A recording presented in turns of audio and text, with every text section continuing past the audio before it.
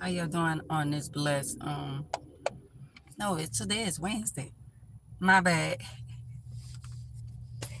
My bad. I thought today was Tuesday, but today is Wednesday. That's how fast time is flying. The days are flying and time is flying because I'm a day behind. Mm-hmm. Give y'all the time to come on.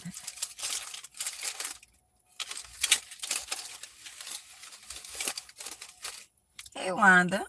Hey. I'm outside. I feel so much better. But nobody's inside of my car but me. And I can't find my $10. Now before I came over the bridge, I saw the $10. Now where the $10 went that fast, I don't know. Hey Mama Eva, I have no idea. Ruth. No idea. With see, not only the wheelchair be stealing, the car is starting to steal now. But this shit don't make no damn sense. Ain't nowhere in the world I shouldn't be able. When I got in the car, I saw the $10. I paid for the toll, not with my card. So where the damn $10 at? It say you can't trust the people, you can't trust the car, you can't trust the sofa, you can't trust the closet, you can't trust the shoe boxes because you go to looking for the shoes and the shoes not in the box and now you don't know where the goddamn shoes at. So who can I trust? I'm just saying. Now where's the damn $10? I'm just saying, where the $10 at? I'm all in an armrest looking for the $10. That's the last place I saw it. Now where's that? Shit don't make no goddamn sense. I ain't lying to y'all. And don't say, oh, it's because you're getting old. No. I don't have old timers. I have thieves timers. They got some stealing be going on in the house with me by myself in a car. I mean, I just don't understand what's going on. Because I just saw the $10. Now, where is the damn $10? I'm just saying. I am just saying. Because yesterday, I did a little good deed yesterday. So, somebody unexpectedly sent me $50. And that was a blessing. That was a blessing. It's always a blessing when somebody be a blessing to me, even though I was a blessing to them as well. But it's always a blessing when somebody be a blessing to me. Because I bless people. And when you bless people, you get blessed. Now, where is my blessed $10? Y'all think it's a game. I'm not lying. I'm going to talk to y'all. I'm just trying to find my $10. That's all. Let's start up this call before I start getting hot flashes. And I'm out and about. Yes, I am. Mm-hmm.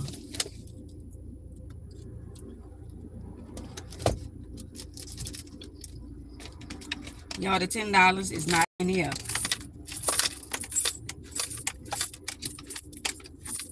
They have nothing but change in here. And the $10 is not in here.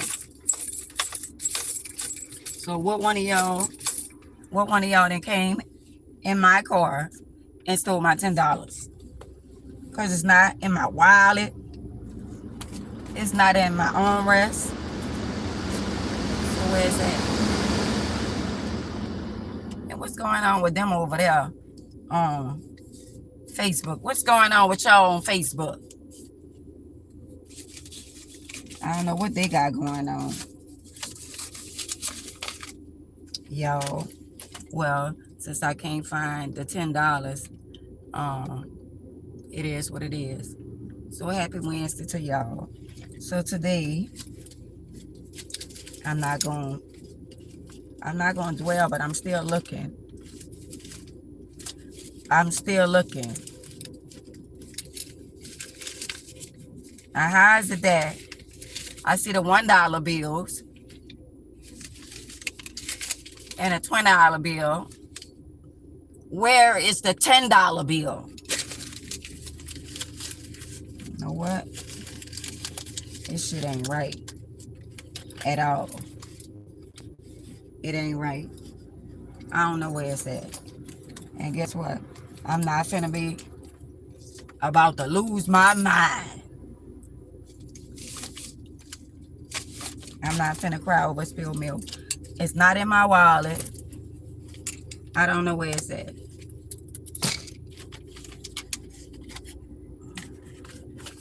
So y'all listen up. I feel so much better, Angie. I feel so much better. And I thank God. Like, I've been coughing and stuff like that and feel like I was congested. But the more I cough, the better I feel. I believe that, I don't know what I had. But I believe, because I talked to somebody else today and they said somebody else was sick who went to the reunion as well, and it had the same symptoms that I had.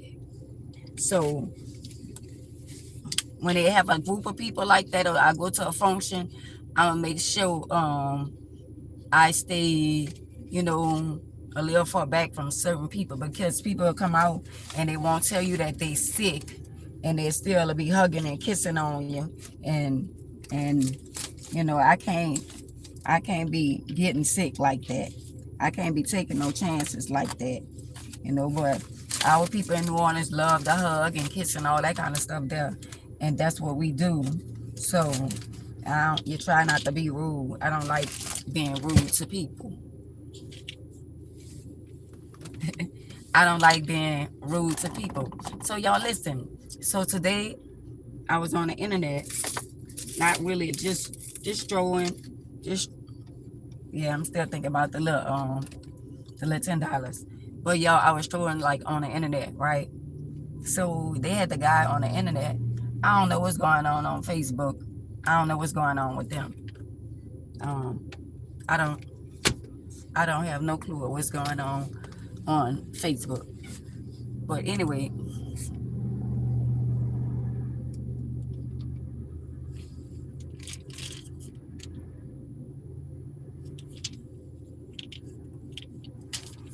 yeah. So listen.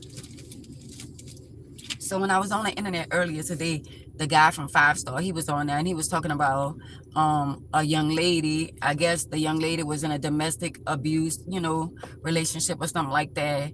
And he was on the internet telling people not to screen record his conversation. And he said he's in Houston. I don't know if he live in Houston or whatever, but he said, I'm in Houston and I'll pay somebody.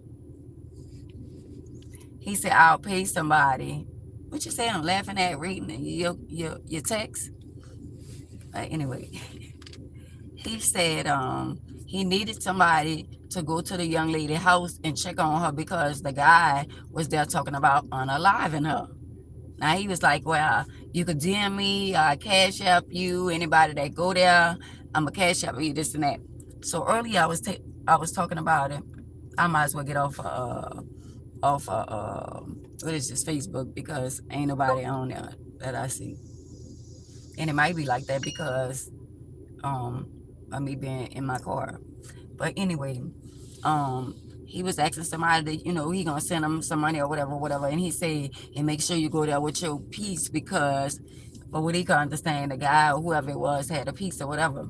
First of all, why would you want to involve other people and other people's shenanigans that has nothing to do with them? Now, what if somebody would have went there? Now, I understand his level of concern. I understand that he was very concerned about the person who was getting abused, right? It's understandable. But before the person called you and told you about them being abused or whatever was going on in the house, they had an opportunity to call the popo.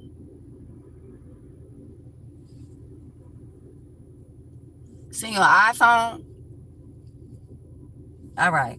But anyway, they had she had the opportunity to call, the police before she called. And a lot of people, like, a lot of people be like, well, I don't like the police. I don't like calling the police. I don't like involving the police.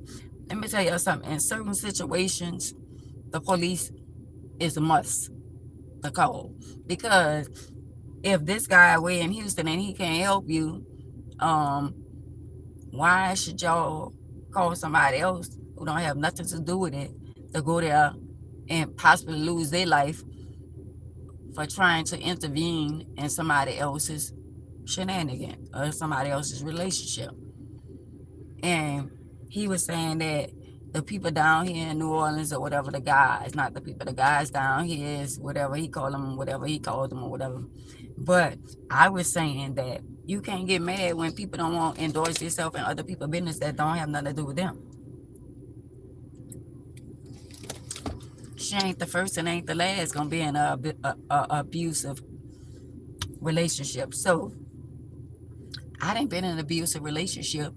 My brothers then came, my sons then came, and after they left, that everything was cooled down, calmed down, and then I wound up bringing my stupid ass back with the person who I was in a abusive relationship with, marriage with. So some people be on that type of time, like, at the end of the day, I'm not getting in that shit. I ain't got nothing to do with that shit, which is a good and a bad thing at the same time.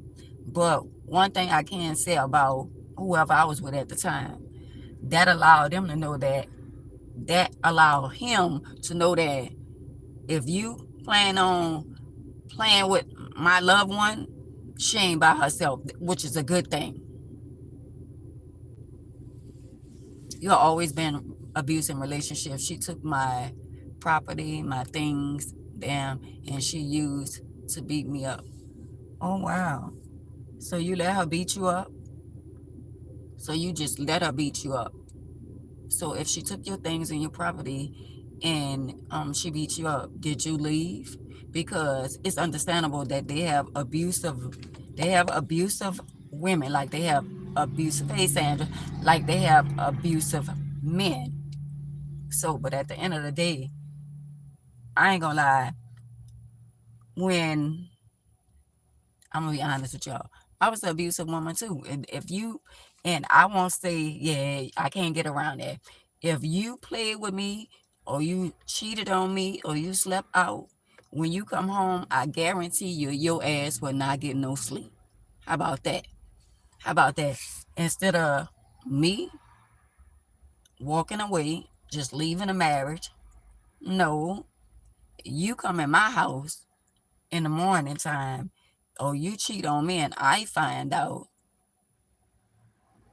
I'm beat your ass. You left, but I couldn't, was on a wheelchair. So I used to look up at her because couldn't stand for myself. Oh, wow. Wow.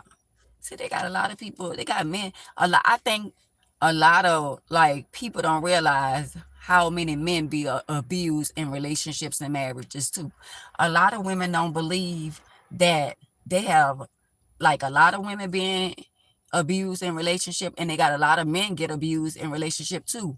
And some people would think physical abuse is like, hey Dina, it's like mental, physical and mental abuse is abuse. No type of, no, it don't matter how I look, it's still the same. If somebody put their hands on you, that's abuse. Somebody mentally abuse you, that's abuse. So at the end of the day, nobody don't have to touch you to abuse you.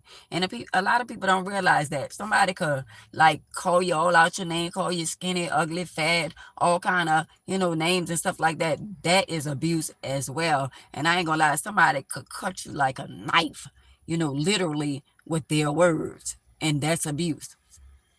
Only look up to her, I was in a wheelchair and so couldn't stand. Oh, all right.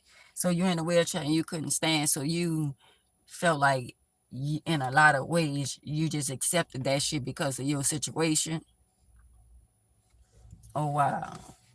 Well, hey Pam. Well, a lot of us, go through a lot of stuff in life, but at the end of the day, something I was listening to earlier today, and I say, they got strong people. So who gonna look out for the strong people? The people. I'm from New Orleans, Louisiana. Who gonna look out? Hey Janice, who gonna look out? Oh, that's Janice. Oh, all right. Hey Janice, who gonna look out for the people that's strong to the world, but behind closed doors they like not really strong? So just because y'all see a person on the internet, or y'all see a person somewhere and they don't look like what they going through, don't mean that they ain't going through it. Right. So they got people on the outside looking at you, looking at and saying, well, damn, you're a strong person if you not really let somebody abuse you, but you're a strong person because all you've been through, like, for instance, my life. I've been through so much, but at the end of the day, I cried a many days and a many nights where people didn't even see. I come outside and put on a facade and put a happy smile on and looking beautiful and all that, be torn inside. Right, be torn on the inside, and there's a lot of people around the world that's dealing with the same thing. It's so many. I'm so sorry, my phone had went out for a second because it got hot. I guess the temperature from the outside, my phone got hot, and it just went off. So I'm back. But anyway, we was talking about abuse. Abuse is real, and we deal with that every day. We be abused by, and let me tell this. Let me tell y'all this. You don't only have to be abused by somebody like your husband or your wife. You could be abused by your children. You could be abused by strangers. Abuse come in all type of ways, and it's sad to say that. I mean, that's the way of the world. That's the way of the world. The way of the world is that at the end of the day, you got to protect your peace. You got to protect yourself. You got to protect your surroundings. And at the end of the day, you just got to use better judgment when it come down to being a good person, because you can be one of the best persons in the world, and somebody could turn you into being something that you never been. Because at the end of the day, people take your kindness for being a fool. They take your kindness for being weak, when at the end of the day, that's just the person that you are. Like me, I feel like people only did what I allowed them to do. Like, people prey on you. People will make you feel some type of way. You just got to be built in a certain way. You got to be strong for this life, because this life ain't no joke. You know what I'm saying? You got to be built for a lot of stuff that's going on in the world, because at the end of the day, when you sit back, and I sit back and I think about a lot of stuff, and I think about not just myself, I think about other people too. It's so many women that then did so much for their kids and their family, and some of the things that the kids bringing parents through, and how they treat them. I know a lot of women never thought in their wildest dream, like, that they would ever be treated like that from their children. Not, we could put the strangers aside. We could put the strangers aside. We could put the family members aside. But your own children, that you did everything in this world that you could possibly. We even risked our freedom by stealing, by, probably taking from somebody and doing all kind of little shady shit that you normally wouldn't do. But the things that we do for the people we love.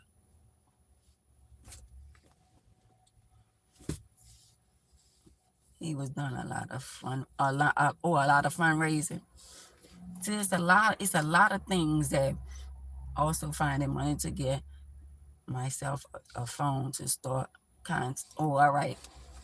So it's a lot of people that's behind the scene that need help, but a lot of people ashamed of things that they're going through, and they're ashamed to tell people that, some people going without because they, in other words, I'm gonna say this: a closed mouth don't get fed. But some people rather not get fed than to ask somebody for something.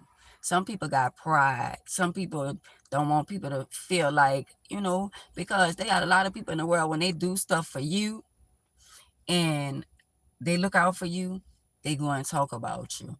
And I ain't gonna lie, I'm one of them people where if you do something for me, I want to do something for you too. That way, I ain't got to worry about you going around and talk about what you did for me, even though people gonna do that anyway.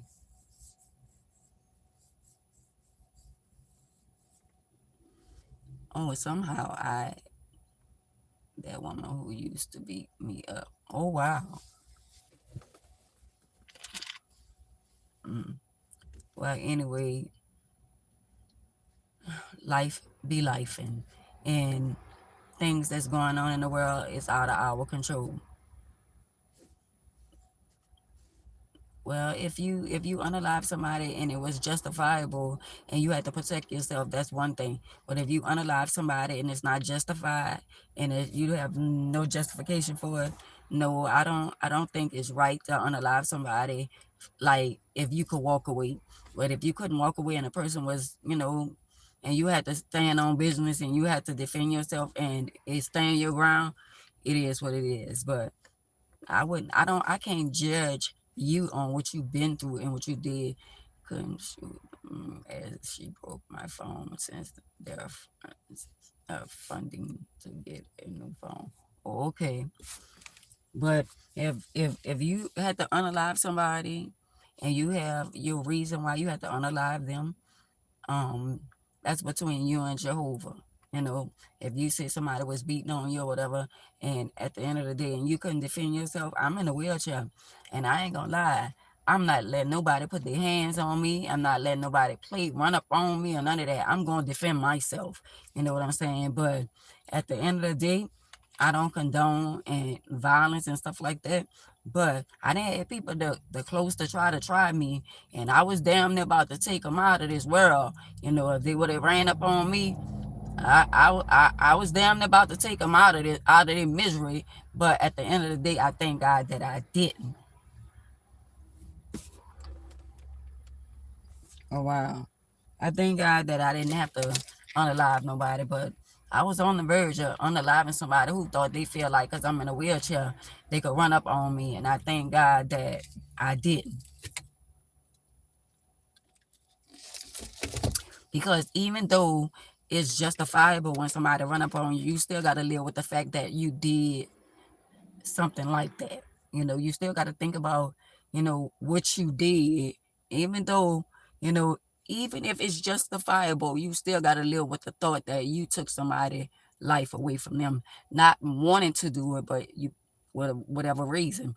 But if somebody was walking away, and like if somebody walk away from you or something like that and they no longer a threat to you, and you wind up unaliving them and or premeditate, and come back and whatever, that's a totally different story. But if it happens and this person is fighting you and you can't, defend yourself, and you unalive them right then and there, nah, that's a whole nother story. But I'm not here to judge you. I'm not here to judge nobody, because at the end of the day, I know the things I have did in my life. I did some things in my life, and I thank God the person that I they didn't die. But at the end of the day, I would have had to live with that. And I still live with the fact that I still almost unalived them, even though somebody else unalived them.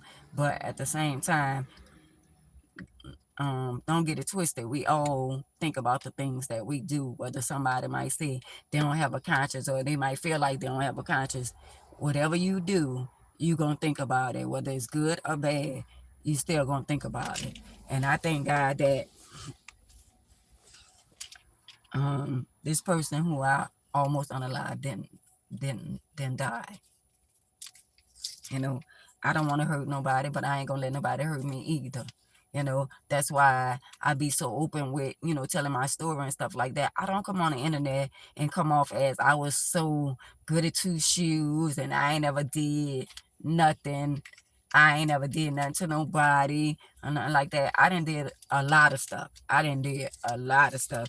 I done gave girls black eyes. I done beat their ass, you know, and we done had a fight. I done had several fights. But me picking up a pum for a female, no, I ain't doing that. Now, I fight a female until we get tired.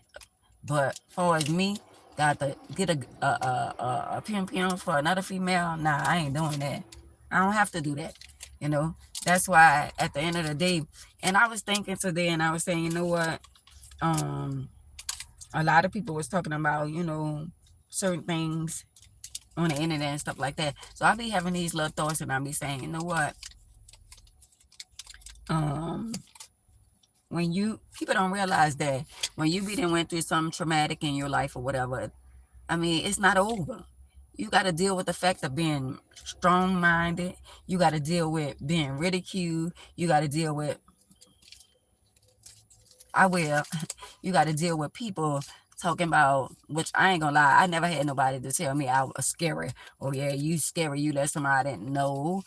I think like where I'm from, you know, people know that I'm not scary, but at the end of the day, I don't have a point to prove to nobody, you know, and I just felt like if I was that type of person that they portray me to be, why I never got my lick back? Because I ain't gonna lie, I wanted my lick back. I wanted my lick back. I felt like what happened to me wasn't justifiable, and I felt like a lot of time I was like, oh, I'm going to get my lick back. But I had to think about my children, and I thought about my family, and I thought about all the shit I been brought my family through, and I think about how I'd be sitting in a jail cell, you know, and all that kind of stuff. That because just because a person, uh, so-called in their mind got off in the traditional system with almost unaliving me, don't mean that they got off in their mind. How about that? Hey, Queen. Nobody gets off in their mind.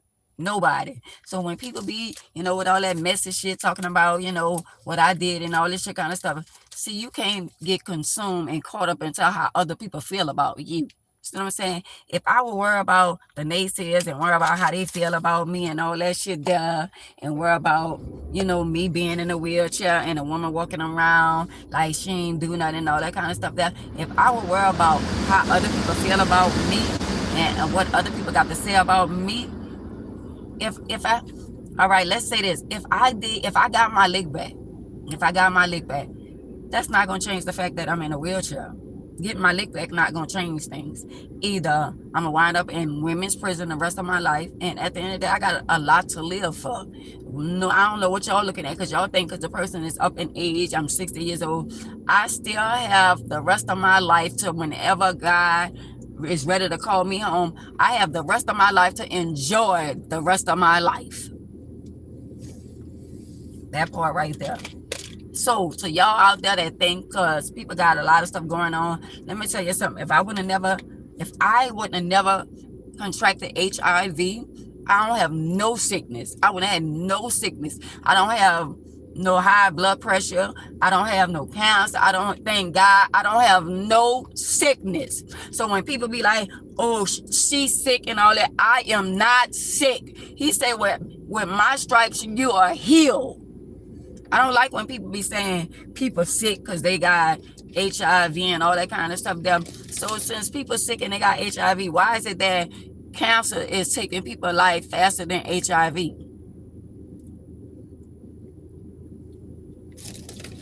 Cancer would destroy your life within a couple of days. I'm just saying, why is it that when people go to talk about, oh, that person, this and that, and all this, and I'm so over the part where people always saying, oh, she got AIDS, so this person got AIDS, and all that. You know why they say that? Because that's a powerful word. What's on my mind?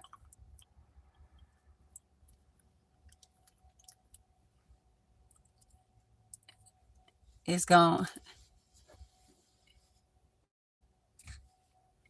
And people use the word, it's gone. People use the word AIDS is because that make supposed to make you look bad or whatever. But at the end of the day, that's people who's not educated. That's people, power, money, you got money, eventually life, white. That's to make people look bad when they say, oh, that person got A's and all that kind of stuff there. Thank you. So when people say stuff like that, I just look at them so damn stupid, because at the end of the day, that means they're not educated. If somebody say, oh, that person got A's and that person this and that and all that, they say that to really make you look bad, like why wouldn't they say, oh, well, that person just got, HIV? Because at the end of the day, herpes is a blood disease, hepatitis, they got all kind of diseases. So if you say a person got hepatitis, is they sick? If a person got HIV, y'all want to say a person sick because they got HIV. So what about syphilis, gonorrhea? What about all those diseases that people, certain disease give you breakouts, and like I think some people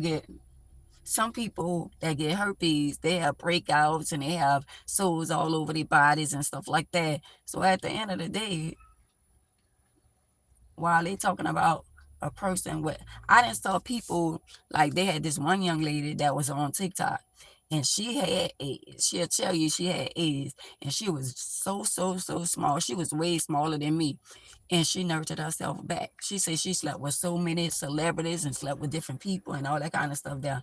Let me tell you what unalives you when you have certain diseases. You know what unalive you? If the doctor tell you you got so many months or so many days to live or whatever, it's not what you have that's going to unalive you. It's the stress. Come on, Tracy. Damn, Tracy, you put it out before I even could say it. It's the stress. The stress is what unalive people, because they go to thinking about what happened and all the stuff that they've been through, and they thinking about them leaving this earth. See what I'm saying? All the stuff I've been through, I don't look like what I've been through, but I don't let that shit consume me. I don't let that shit bother me. Okay, they say I got HIV. Okay, if that's what you say, okay, it is what it is. That's what man say. But I am going to be 14 years strong HIV. I've been undetectable for 14 years. 14 years. And you think I'm going to be bothered or stressing or worrying about somebody else, talking about me, when God deliver me and heal me?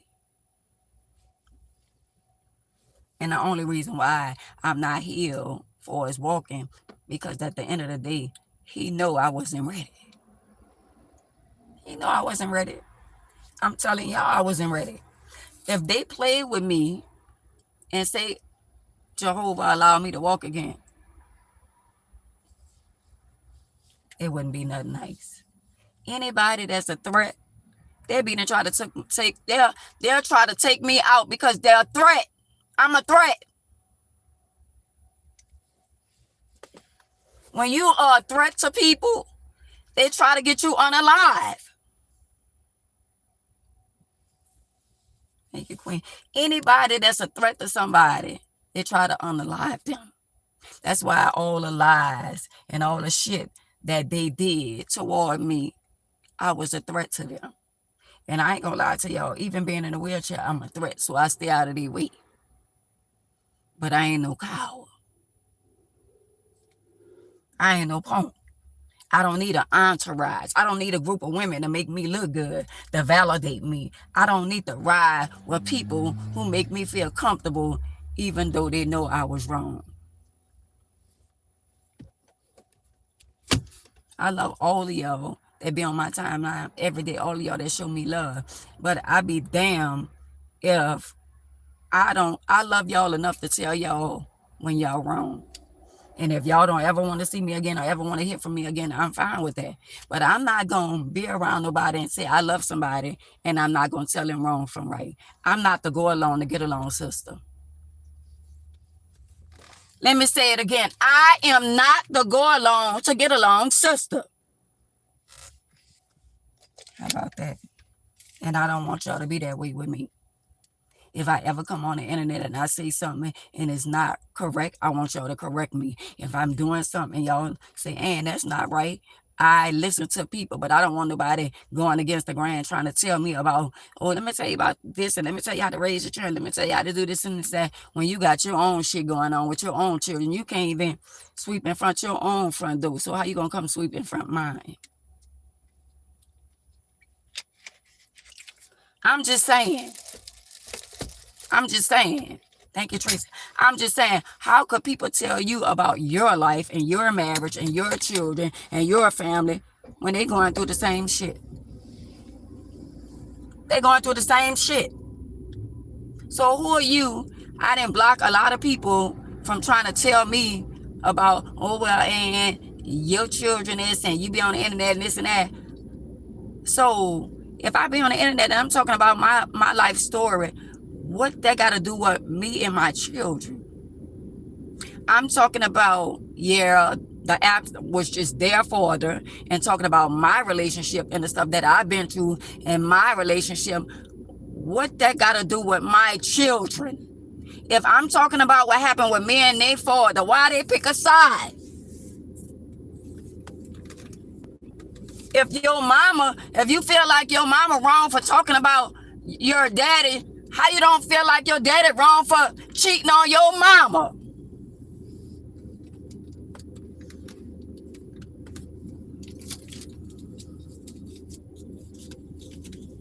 I'm just saying.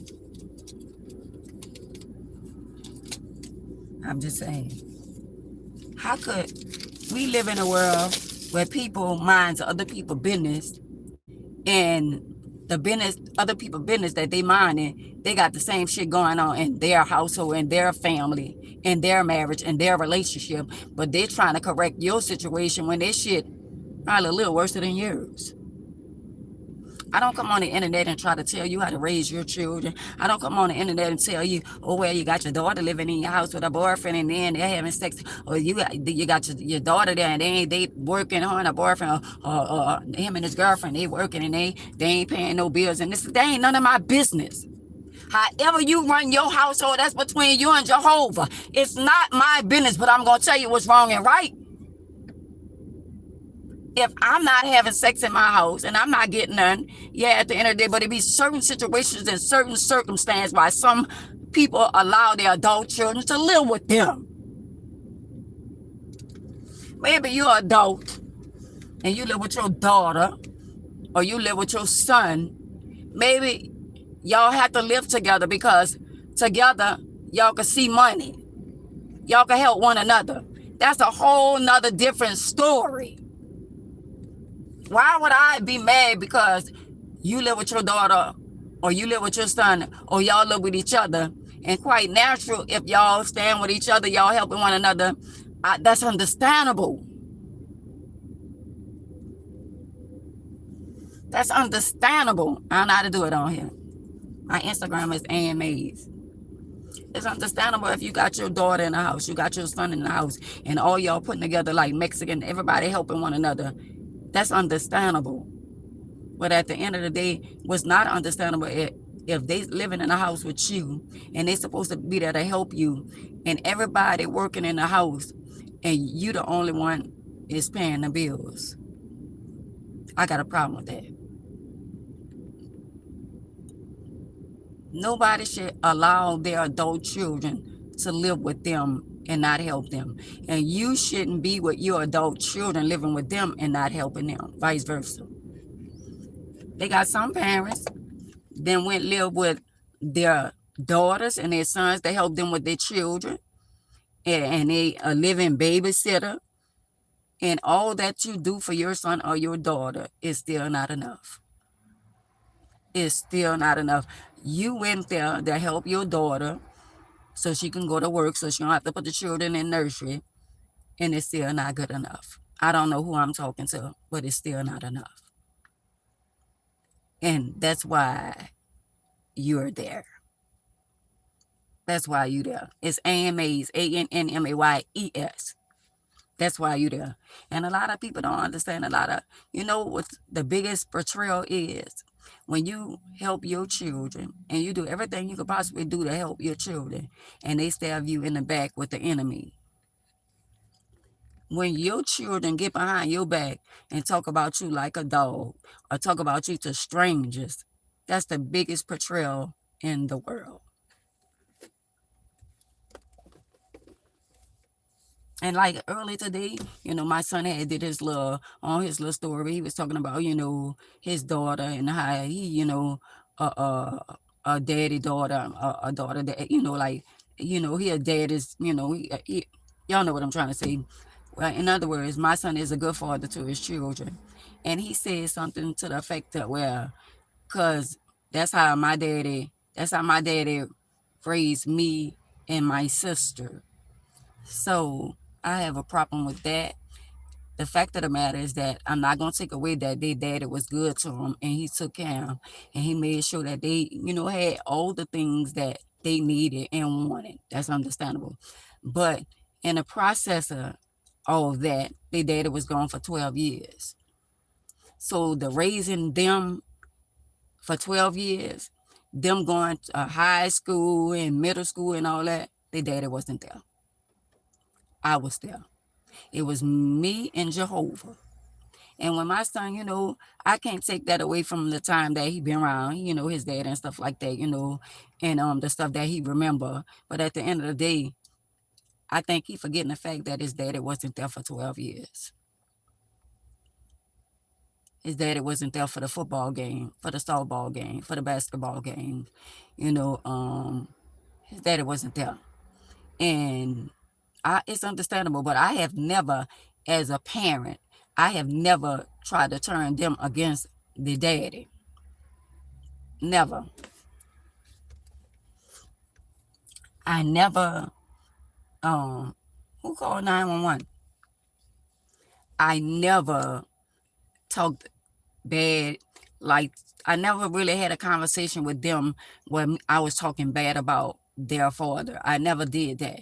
And the stuff that's going on with him and I and the woman he with or whatever, I just feel like he have enough power within himself to change the situation.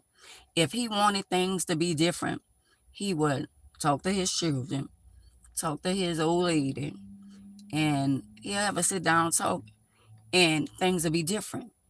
Now, me, on the other hand, if the situation was the other way around, I would have talked to my children and let my children know that God don't like that. Certain things that kids do, some adults play a hell of a part in the things that they do. And if you got enough power where you can turn your adult kids against their mother, you got enough power to make shit right. But if you don't make it right and you are an adult and you know wrong from right, that's when Jehovah got to step in. Jehovah steps in when adult don't step in. If you're an adult and you know your children or your child is neglecting their other parent and have more respect for you than the other parent, God is holding you accountable for that. Because there's no way in this world that I will allow my children to mistreat their father because I know better. Okay, thank you. I taught my children about the word of God. Okay, I taught my children wrong from right. That's why it hurts so bad, because they know better. And I remember a long time ago, y'all, me and my daughter, we had a little dispute. And I said something, and she said, well, Mama, you taught us to forgive. So she flipped the strip on me. And I had to think about that. And I said, you know what? You're right. I taught y'all to forgive other people. So why y'all don't forgive me? Why I'm not being forgiven? And when I think about things and I sit down and I analyze and I say, damn, it's not that serious. How is it something so small, people could turn it into being something so big when it's not that serious? I literally be trying to put the puzzle together. And I said, well, damn. And somebody else say, oh, well, no. If I tell y'all why people falls out with me, y'all be like, nah, that ain't it. Like the young lady that live in Lafayette, that she said she stopped talking to me because, I'm going to say this again, and she used to be on a live. She used to be on the YouTube channel too. She stopped talking to me because when I was sick and I had surgery in the hospital, I wasn't answering her phone while I was in the hospital. That's what she told me.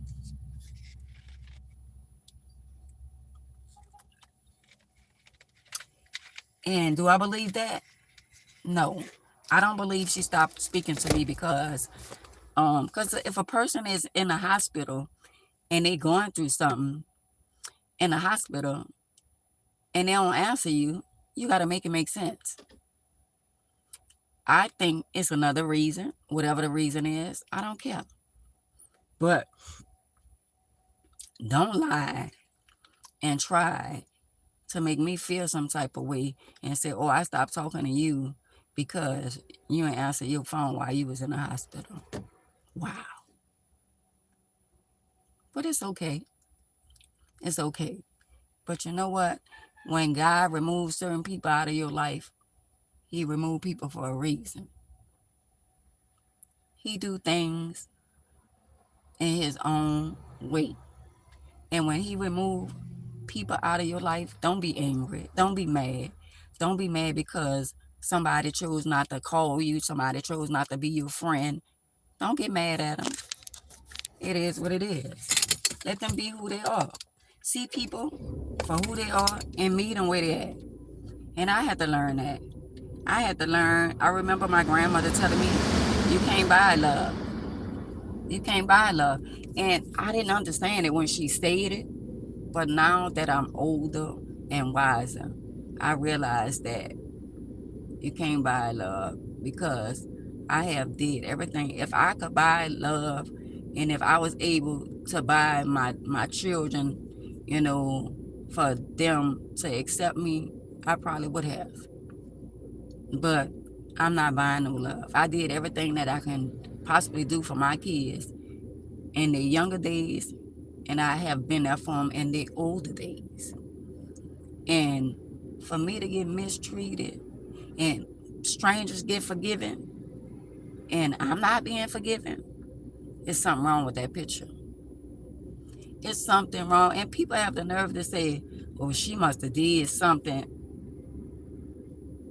She must have really did what she did. Talk about them on the internet. I go on the internet. I talk about my life story. I talk about things that can happen in my life. And that's the problem. The problem is nobody wants you to talk about them and what they're doing. So let me ask y'all a question.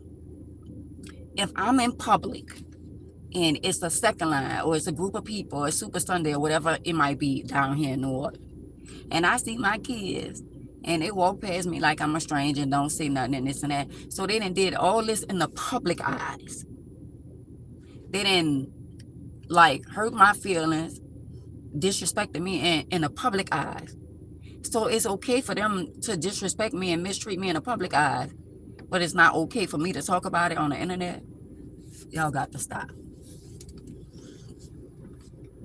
Y'all got to stop. Because at the end of the day, what makes it right? What makes it right for them to treat me some type of way? And when I talk about it, I'm the bad guy. Somebody said, well, certain things she shouldn't talk about on the internet. Well, where should I talk about it at? Because it's my life. And they say I'm crazy. I'm crazy. I don't recall taking I don't take antidepressants. I don't take crazy medicine. I don't, I mean, I made it to C60. And if that's what y'all want to call crazy, oh well, I must be crazy. But I made it to C60. Don't forget that part. They really have people that's crazy that made it to C62. But just looking at me, I think that a lot of people misunderstood. They're not crazy. When you talk about certain things, or you talk about the shit that people do and their lifestyle and this and that, they want the people to think you're crazy. She don't know what she talking about. She crazy. Wow. Well, what about when she have receipts, like me? What about when she go to breaking shit down and it makes sense? And people question that, like, damn, I mean, did that really happen? And it be true to what she's saying. What about that? Oh, in y'all mind, she's still crazy now? She's still crazy now? Because if I am so delusional and crazy as they call me, why is it that I can tell the same story over and over and over and over again? To be honest, they have people that be on my timeline be saying they don't know the story. So if I tell a story again, this is somebody's first time hearing it. So why is it that when I tell the story never changed?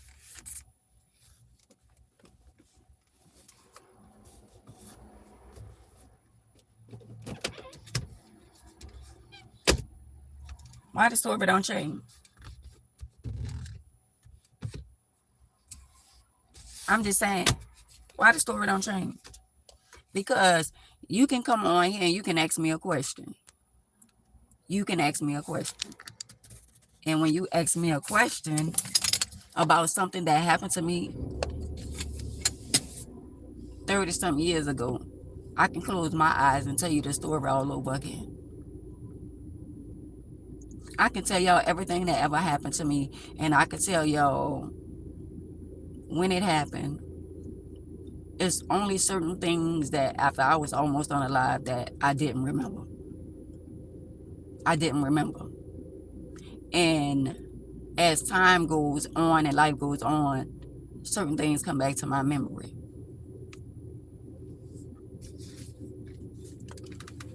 Right? So the things that come back to my memory, they wanted me to forget that. They wanted me not to talk about that. Because there's so many people that's involved. They prefer for me not to say nothing because it's so many people that's involved. And they don't want people to know that they was that dirty on what they did.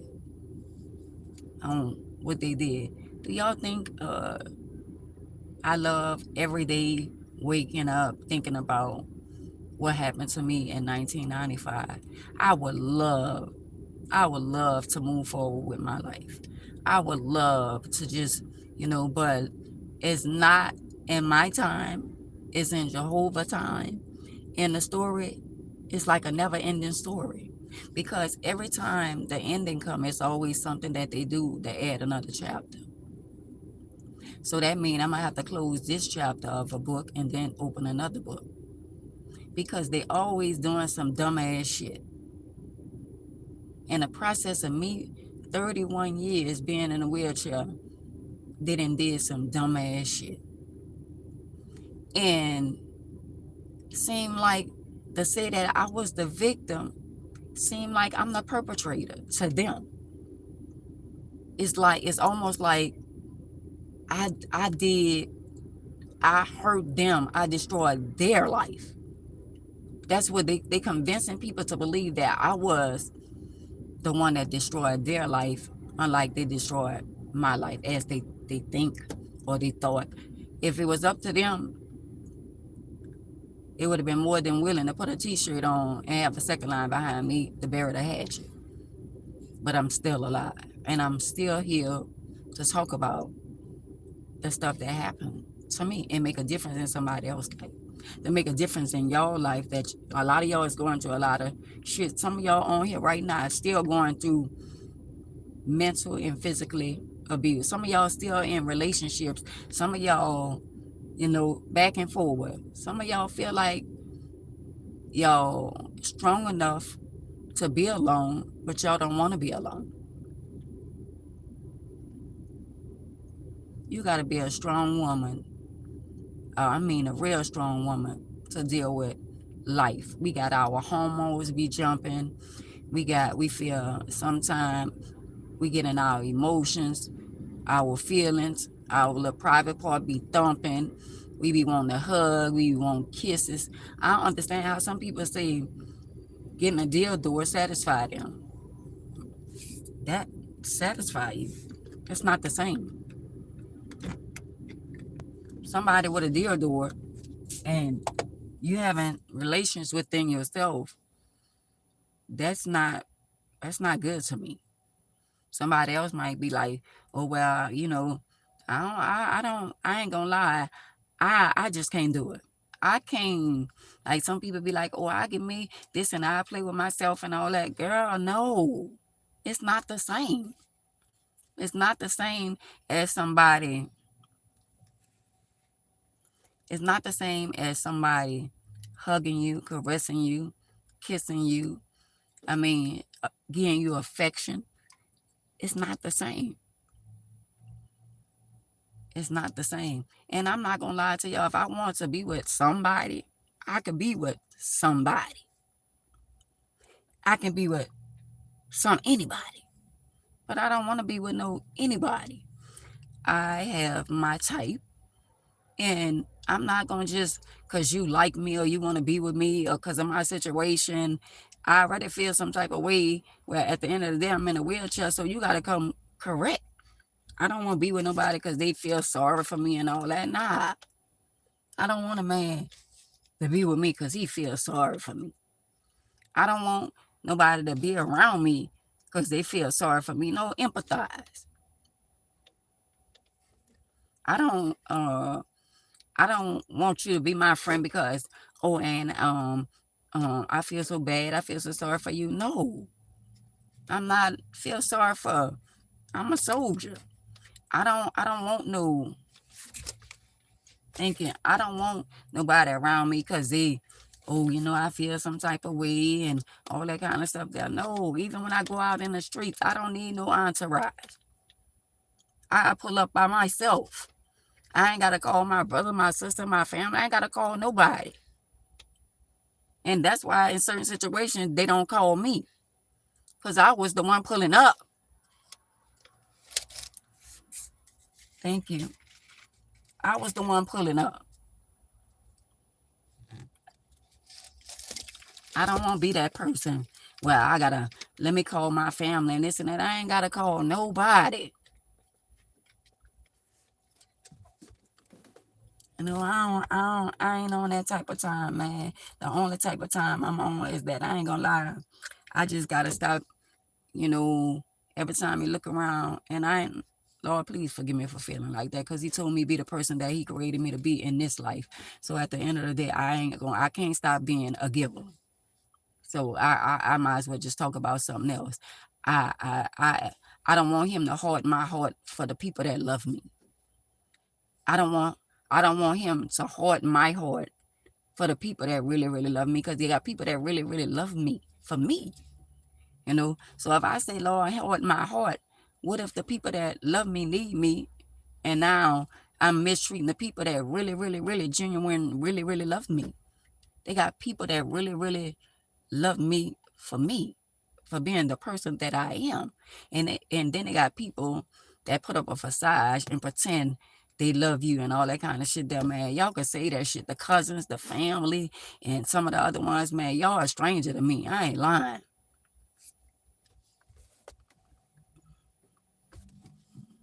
Thank you. It's okay. You being here is the gift, you know? So at the end of the day, you got to sit down and think about your family. Think about your siblings, your sister and your brother that you was raised up with. Or think about if you don't have a sibling or you don't have a sister or brother. Think about, look back at your life. Look back at your life. See, right now it's about Jehovah and me. It's about Jehovah and me right now. I don't have my grandchildren around me. I don't have my children around me. So at the end of the day, I got to do what make me happy. I can't sit around and deteriorate because family not there. I thought family's supposed to be there. I thought family supposed to pick up the phone and call you and make sure you all right. I thought family's supposed to come no matter how far you live or where you live.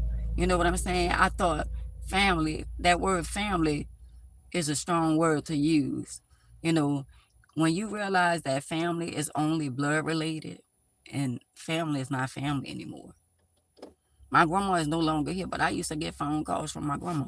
I used to get phone calls from my grandpa, you know, and I get phone calls every now and then. Me and my mom would talk every now and then or whatever, like that. But at the end of the day, what happened to that sister they love? What happened to that brother they love? You know, but at the end of the day, it could be one person in the family that talks about you that they made the nieces and the nephews and the other people in the family look at you some type of way. You know, you didn't, and Tracy, you do hair, so you didn't came across all kind of people like family or certain people that you didn't did their hair. They tell you, oh, you do my hair, I'm gonna pay you later and this and that, and they never paid you and stuff like that. So we all deal with stuff like that, and people feel like in your family, if they can't get nothing out of you, you not family. You know, what about when I need? What about when I believe if I call, and I ain't gonna lie to y'all, if I call a couple of families and say, I could get $20, I would love to see how many of them give me $20. Cause in their mind, oh, she broke now, she won't call us. I would love to see how many family members I can get $20 from.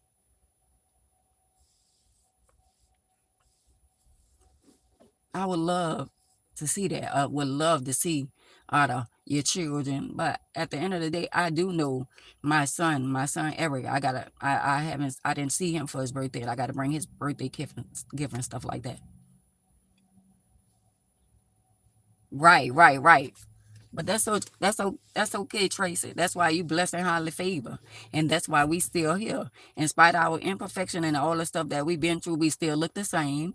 We still look good. And God still have his hands on us. So at the end of the day, don't feel like the Lone Ranger. That's why you got a sister over here.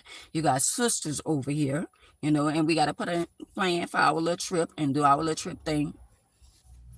Hey, Queen. We gotta do our little thing with our little trip and stuff like that. Even if nobody else down here don't get with us, Tracy, all you gotta do is, call me, I call you or whatever, and we, move around. Take us a train ride or something. Right. But at the end of the day, with his stripes, you are healed, Tracy. Don't worry about that. You know, even if we just gotta, I would love for all us that be on a platform one day get an opportunity to see each other or something like that. Because at the end of the day, all us on here, we got love and compassion for one another. We got love and compassion, whether I'm here or whether I'm not here. Y'all always show up and show out, and that's what it's all about. I don't care if it's one, two, three, four, five of us or whatever. We always on here together, and it's like we're a family, even though we don't even see each other. But it's like y'all be holding conversations before I even come on the live. And that's a blessing when you could talk to people, on the internet that you really don't know. You know what I'm saying? We be on interacting like, you swear to God, we in the same city, in the same state, and we really not, you know. But at the end of the day, you know, people on the outside looking in, and we just gotta keep on being who God created us to be and not worry about how other people feel about us. Because other people gonna be who they are, and we can't get everybody to get on the same page as us. How long we been doing this podcast shit? When I lost my son, the real way that really showed to me. So fake family. Right. Thank you. Y'all might not look at it like this, but all us on here right now got something in common. Y'all probably don't have the stuff that's going on with me, but all us got something that we dealing with mentally, or maybe even physically. Just because I'm in a wheelchair don't mean that somebody else not mentally in a wheelchair. Right. You know, all us need each other. And it ain't about money. It ain't about immaterial thing. It's about us feeding off each other strength. You know what I'm saying? Because when I was sick for that whole week, I was sick. And I was like, damn, I thought about y'all so much, and I was like, you know what? For whatever reason, but that should have made y'all appreciate me even more. It's like, just think if I wasn't, let me say this, just think if I would have been sicker longer than that, and y'all didn't get an opportunity to hear from me. Just imagine, because it's like medicine to the body. You know what I'm saying? I come on here to feed y'all the medicine, you know, not to come on here like we begging each other for money or whatever. All us looking for the same thing. Like, I help y'all, y'all help me too, because y'all listen to me. And at the end of the day, we feeding off each other. And I'm gonna tell y'all this, whether I'm on live or not, the spirit still lies within me. Y'all spirit still lies within me. I could see y'all when I'm not even on my timeline. And I think about y'all a whole lot, because at the end of the day, I love when I be, when I put my little topic up and stuff like that, and I come on there and y'all be waiting. It's like a movie. Like, they waiting. They waiting for you to come on. They waiting. And I would never, never, ever forget y'all. Never. Nah, not me. I never forget y'all. Y'all definition of true love. How about that? Y'all the definition of real love. People that really, really genuine, really, really, really love me. And y'all show that. And that's why the enemy tried to attack me, because he know that they got people out there that's looking forward to hearing from me, and people out there that really, really, really, really genuine, really, really, that really love me. 11 years ago, I surely prayed that you all be just fine by the grace of God, Most High, God, our Creator. Yes. We all got stuff that we deal with, y'all. So if you don't have no sickness, and you ain't taking no pills, and you ain't no diabetic, and you ain't taking insulin, and you ain't on pressure pills, and you ain't got no cancer, to God be the glory. And whatever you got, just know that God is a healer. God is a healer. That's why at the end of the day, Tracy, we're not going to say we sick. We're going to say, he said, with his stripes we are healed. We can't say we sick. We're going to say we are healed in his name. Because I hate that. I ain't going to lie. I hate that word sick. I don't like when people say that. I don't like when people say, oh, you sick, or we sick. We are not sick. We still here, and we going to outlive a lot of people. A lot of people have left and is no longer here with us anymore, because they believe that they were sick. Yes, we are here in Jesus' name. So at the end of the day, we not sick. None of us not sick. We just here for our appointed time. And at the end of the day, you sick as you feel. I ain't gonna lie, when I put on clothes and I come outside, and I'm looking good, I feel good, But if you stay inside and you stay in that bed and you looking at them walls and all that kind of stuff there, and I ain't gonna lie to y'all, my phone don't ring. I don't have a whole lot of people that call my phone, I talk to y'all more than I talk to anybody. So a lot of people don't like pick up the phone and call my phone, and nobody don't come to my house like that. So at the end of the day, it's like, outside of Jehovah, we all we got, whether y'all want to believe it or not. we all we got. So if something happen, if I ever come on my live and I don't see certain people I don't be seeing, and I be saying, I go to thinking about them. I go to thinking about some of the people that was coming on in the beginning. And you don't know if some people decide not to be on the internet anymore and stuff like that. And sometimes you go to thinking, well, damn, did I say something wrong, or did I run them off or something like that? You know, you go to thinking stuff like that. You know, yeah. And when, like, if I don't talk to you, or I don't talk to, you know, some of y'all, or I don't talk to, you know, Jasmine, I don't talk to, which I got, Tracy, I got your number now. I'm gonna start calling you, you know, but if I don't talk if I don't come on here and see some of y'all, I'd be like, well, damn, I wonder where so-and-so at, this and that, or whatever. But at the end of the day, if it's ever a time, y'all, and y'all find out that I'm sick, I promise you, I would love for y'all to pick up the phone just to hear that I'm okay. If y'all ever hear something that I'm sick or something like that, don't let days go by where y'all didn't hear my verse. I don't care if I'm posting stuff or whatever, even though I'm posting stuff to let y'all know that I'm still alive. But at the end of the day, pick up the phone and call me so you can hear my verse, because you don't know if that'll be the last time that you'll hear my verse. You know, just pick up the phone and say, I'm just calling you to check on you. You know, I know off of Facebook, Elizabeth called, and she was calling me on FaceTime, and she was like, I was just checking on you, you know, to make sure you're all right and this and that.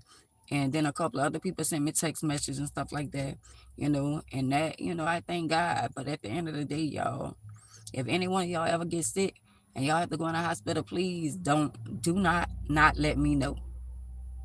Let me know that you okay. Let me know where you at. If I could come, I'm coming. You know, and that meant everything to me. Oh, all right. That meant so much to me when people like call and stuff like that. And my chest was congested, and I couldn't even talk. If y'all would have heard my verse, you would have said, well, just go ahead, go back to sleep. I'll call you another time. I was sounding so bad, but I nurtured myself back to life. And I said, I just need to, I don't like letting, oh, right. That's understandable, but in certain situations, y'all, and all the stuff that's going on, all the stuff that's going on in the world, we don't know when we all gonna leave. And I don't want to hear through the grapevine, or never hear that one of my followers or somebody that I love or they love me is no longer here. We don't know when we gonna leave. We don't know what's gonna happen. We don't know what tomorrow gonna bring. We don't know. So if we don't know what tomorrow gonna bring, why not just show that love while that person's still here? It don't cost nothing to pick up the phone. We ain't gotta talk every day, you know, but making sure if we sisters, I think we should always check on one another as sisters. I think we should do that. Because the people always talking about, well, I don't be with a group of women, and I don't be around women, and I don't trust women and all that. Girl, it ain't even about us being with no man and all that kind of stuff. There, and the majority of us is older, and we ain't bit more worrying about no damn ninja. We ain't worrying about no damn ninja. We trying to survive and try to live and enjoy our life until God call us home. Come on now. Ain't nobody worrying about all that mess and confusion and all that. Nobody got time for all that, man. Nobody got time for that. You say, I say, and all that bullshit, you know, all that. Nobody ain't got time for all that. If one of our sisters in a group or somebody don't like somebody, or somebody feels some type of way, don't tell me. If you feel somebody was like, damn, I spoke to everybody. I came on the timeline. I spoke to everybody, and only a few people spoke. And I had to say this. I said, well, maybe everybody didn't see when you spoke. So don't feel like that. Maybe everybody didn't see you say, oh, hey, Sandra, hey, Tracy, hey, Pam, hey, Linda, hey, Wanda. Maybe somebody didn't see that. So why we be so quick to think negative? You know what I'm saying? Stop thinking that everybody's like that, you know, because if you say, well, I came on your live and I spoke and only one person spoke, you don't know what that person, what the other people was doing at that time, you know, and some people can't see what I could see. And I can't see some of the things y'all can see.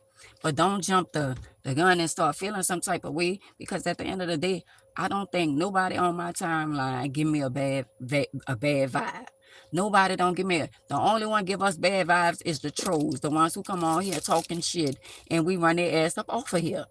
Other than that, when spirits come up on here, I know how to rebuke the spirits. And if y'all ever feel the need that y'all want to go off on somebody in the comment, oh well, be who you are. And don't come in our house trying to disrespect us over here and thinking we ain't gonna run your ass up out of here. So if they leave and they come back or whatever, you know why they come back? Because they can't stop watching. But one thing for sure, you ain't got to worry about if somebody in the comment and somebody being disrespectful and you want to chew their ass out, oh well. They shouldn't come in our house. This not just my house. This our house. So if you come in our house and you come over here and play P, you're going to get F. That's how that go. Nobody disrespect our house. You can go somewhere else with that bullshit. Because it's love over here. It's real over here. And we don't care. We don't care who not here. We don't care about who ain't, and we ain't got 1 million views, and we ain't worrying about all that shit. We ain't in competition with nobody. I'm just saying. But a lot of people like that. A lot of people, you know, come over here, you know, and make fake pages and all that, and try to start, hey Nate, try to start messing confusion and all that shit down, man. At the end of the day, don't come over here with that bullshit, because we ain't got time for that shit. We on a whole nother level over here. We trying to survive. We trying to live. We trying to see what it takes for us to live long. That's why we over here. We all on the same page. We all striving to live right, to get it right with Jehovah. That's what we trying to do. We all waiting on our blessing, even if it's in the form of money or whatever God got for us. That's what we waiting on, and we gonna get it. We ain't out here bothering nobody, on here dragging for nobody and all that. We talking about facts. We talking about life. We talking about Jehovah. We talking about everyday life. So if it's something about us and something that we indulging in over here and you don't like it, get your little nasty ass from over here. Because at the end of the day, you don't run nothing over here. Whatever we talking about over here, if you don't like it, move around. Right, when it's your season, it's your season. You know how many people was glad when I wasn't on the internet, but they ain't had no motion. They had a lot of people was glad I wasn't on the internet, but at the end of the day, they had a lot of people was sad too.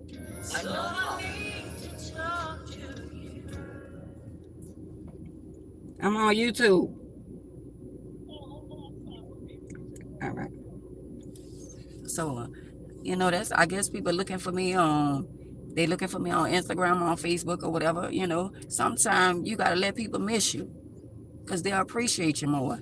I be on Facebook and they don't want to share the live, and I be on there, and it'll be, all them people be on, all them, I ain't gonna lie to y'all, on all my platforms. On Facebook, I got 9,000 and something followers, right? On TikTok, I got 12,000 followers. On Instagram, I got close to 40,000 followers. On YouTube, I got close to 3,000 subscribers.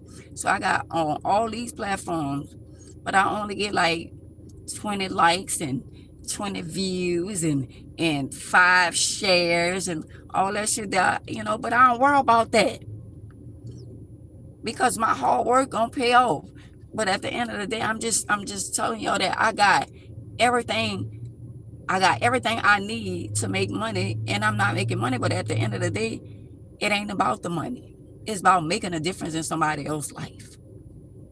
And if I can make a difference in one person's life, I did more than enough. More than enough. So what I do ain't got no dollar signs behind it. They ain't got no dollar signs behind it. And I'm glad I never called or told the Social Security people, oh, I got my own channel and I'm making money and this and that. Because at the end of the day, that's not so. That's not so. But I be want to do stuff in decency and orderly. And I'd rather tell them than somebody Be like, oh, well, I'm going to call Section 8, or I'm going to call this one, or I'm going to call Social Security, I'm going to call this one, I'm going to call that one. Any type of program or anything that I get, anything that I'm on, I'm going to dot my I's and cross my T's. Nobody is not going to be able to be the one to say, oh, you know what?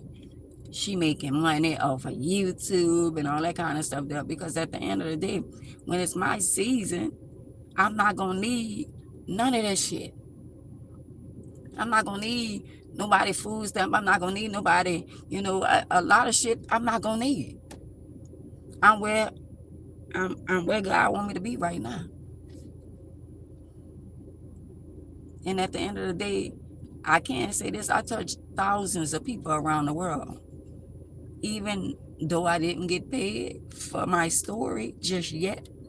But I know deep down inside, I touch thousands of people around the world. What about you? What about you, Pickaboo? What about you? I'm just saying, what about you? And you know what I noticed, y'all? I get more views on my short videos like this. Because I think the problem is a lot of people don't like the commercial.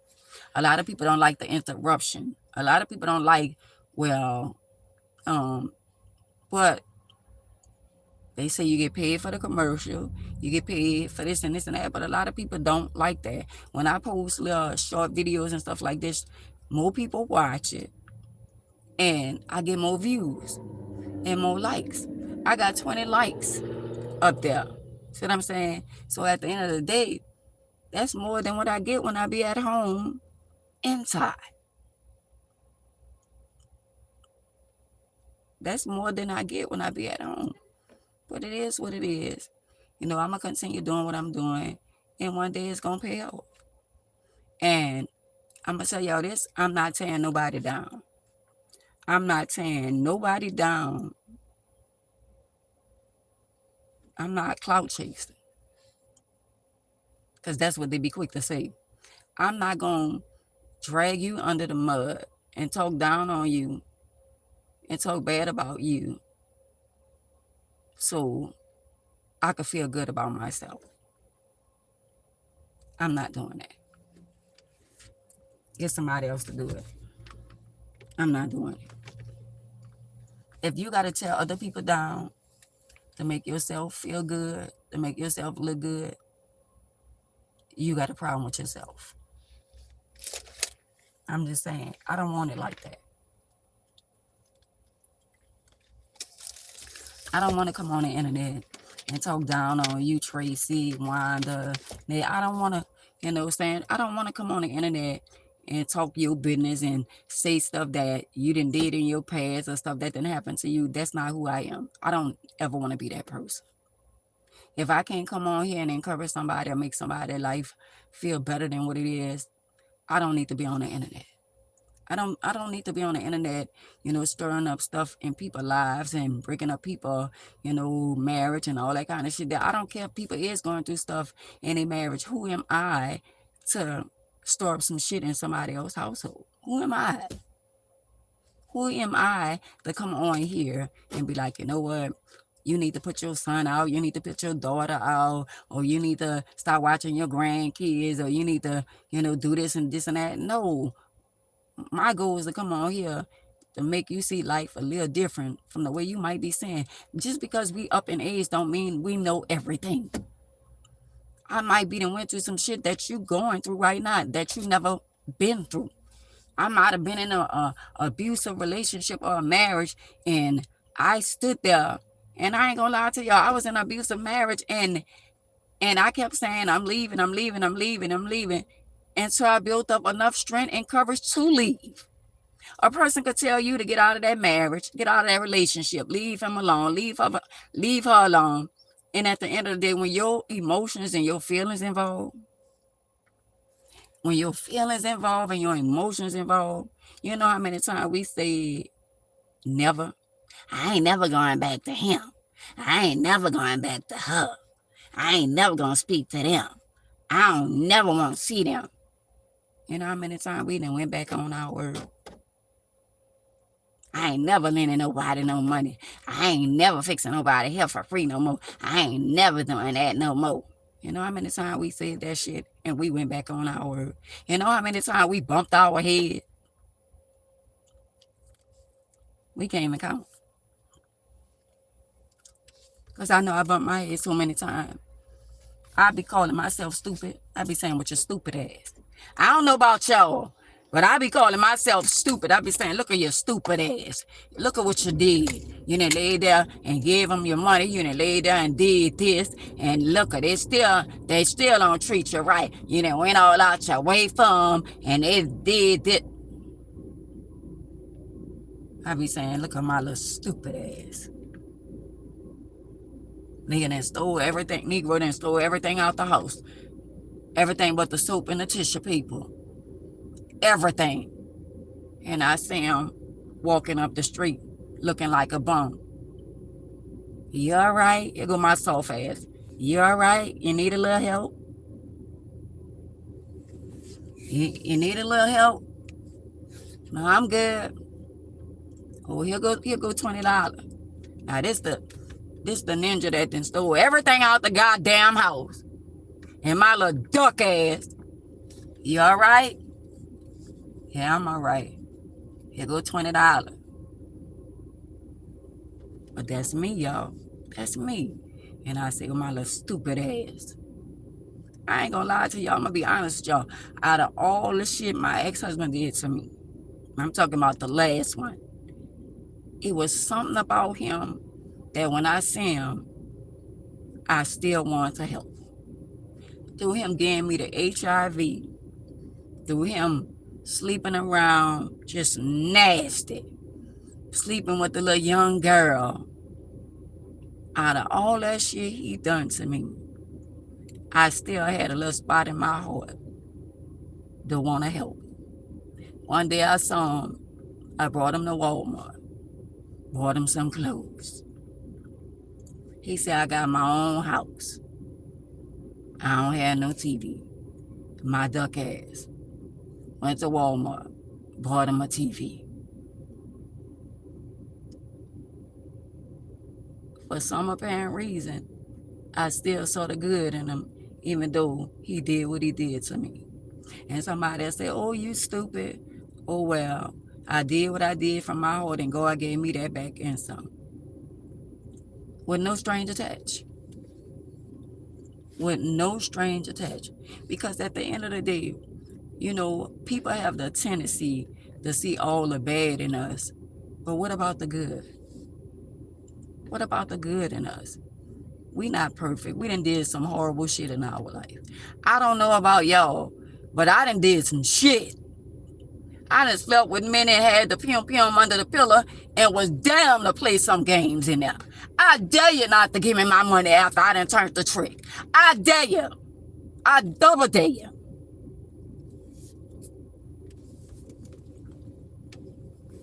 And yeah, that's what I said. That's what I said. That's exactly what I said. I done took the men money. They're in a hotel. They're in the bathroom getting ready. And I done went out the door with the pants, the drawers, the wallet, just everything. Just everything. And I never thought one day somebody gonna go out the window on you. And somebody went out the window with $20,000 on me. But they could have unalived me. They could have took the money and unalived me. But they took the money and they didn't unalive me. But I never seen them again. I'm just saying. I saw them that night when I jammed them up at Tastes. And they still got away. But I never seen them again from that date. But I said that to say we all then did some shit that if walls could talk, a lot of us would be incriminated because we did some shit that we ashamed of. And nobody know but Jesus. I don't know no person on this God green earth that gonna tell you everything about their life. I'm just saying. Y'all done lost y'all rabbit ass mind if y'all think I'm gonna tell y'all some shit I did. Ain't doing it.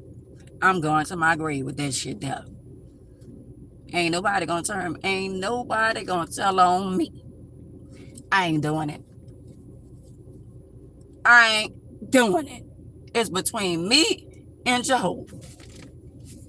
And I already repent. And he already forgave me. So, welcome to the club. Because y'all done been through some shit. Y'all done did some shit. Y'all not perfect. Just like me.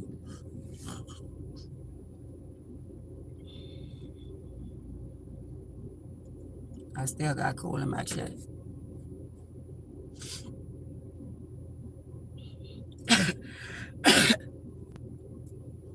So y'all can fool some of the people some of the time. But we can't fool.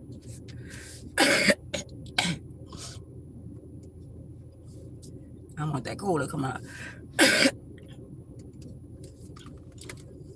We can't fool the people all the time.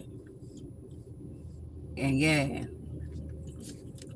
And we could sit down and do some wait and exhale shit. Some of us on here as women. And we could share a little bit of some of our stories. We be done cried ourselves to sleep. Because we done did some shit. I don't know about y'all. But I did some shit. And I paid for some shit. And I thought I wasn't going to never stop paying for it. I was with the robbers, the jackers. I was with all mankind. Only thing I wasn't with nobody that molest no child or unalive nobody or rape a woman or none of that. I never dealt with them type of people. But I done got molested. I done got snatched. I done got one man grab me on Villery Street around my grandma's store, grabbed me around my neck and made me beg for my life. A big old thick ass man. I mean, one of them big old, just big black man, like in the movie Life. The man with the pinstripe on, the big old thick man. I never forget him. I ever see him again, I got something for him. He grabbed me and choked me around my neck and made me beg for my life. Yes, he did. He made me beg for my life. Yes, he did. And one time I saw him, I was still young, and I said, I remember what you did. And he hurried up and got away from me. I said, I remember what you did. And now that I'm older, I don't know where he at. I never saw him again in life. And he might be in somebody's prison, or he might be unalive.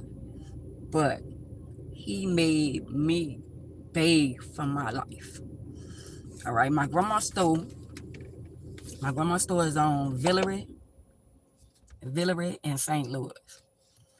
My grandma's store is on the corner in the project across the street. So they had the park and they had the train tracks.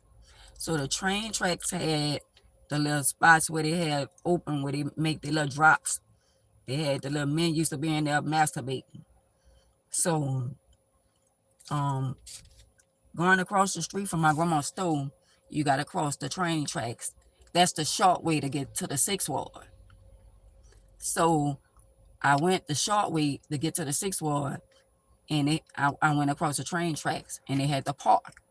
So my little brother and them was in the park playing basketball.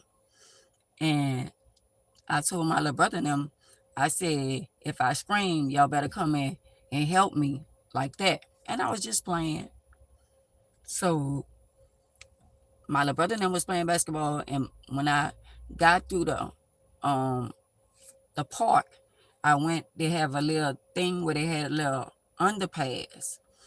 It's part of the Claiborne Bridge, but it's a little underpass that you can go under and get to the 6th Ward, right? So When I went under, I screamed, and I was just playing with my little brother and them then. I was screaming, and they came running. And I said, psych, psych, psych, psych. So I was playing with them. Go to show you how playing got me in almost unalive. So my little brother then went back to the park playing ball or whatever. So I left them. They left me, and I went walking back under the little overpass. And he grabbed me. And I couldn't yell for my brother now. He grabbed me around his big muscular arms, grabbed me around my neck, and was choking me. And then he'll give me enough breathing, enough, where I can breathe, and told me to beg for my life. I remember that. I remember his face. He made me beg for my life. And he let me go. And when he let me go, I told my brother and them the story. And they was like, wow, I shouldn't have played to begin with. But when he grabbed me, I couldn't holler anyway. I couldn't say nothing. At that time, he had me beg. I begged him to leave me go. And he really literally had me for a couple of seconds. Like, it was a good 60 seconds. He had me begging for my life. And for whatever reason, he didn't unalive me. He just let me go. Yeah. But I never forget his face. If I ever see him again, I remember his face. I remember, I can visualize him in my mind right now. I see his face in my mind right now. And that's a look that I never forget. But he let me go. Why he let me go, I don't know, but he made me beg for my life. And then he let me go. So when people think that they know you or they know your story, they don't know. And then when we was living in the Desire Project, we was living 3507 Abundant.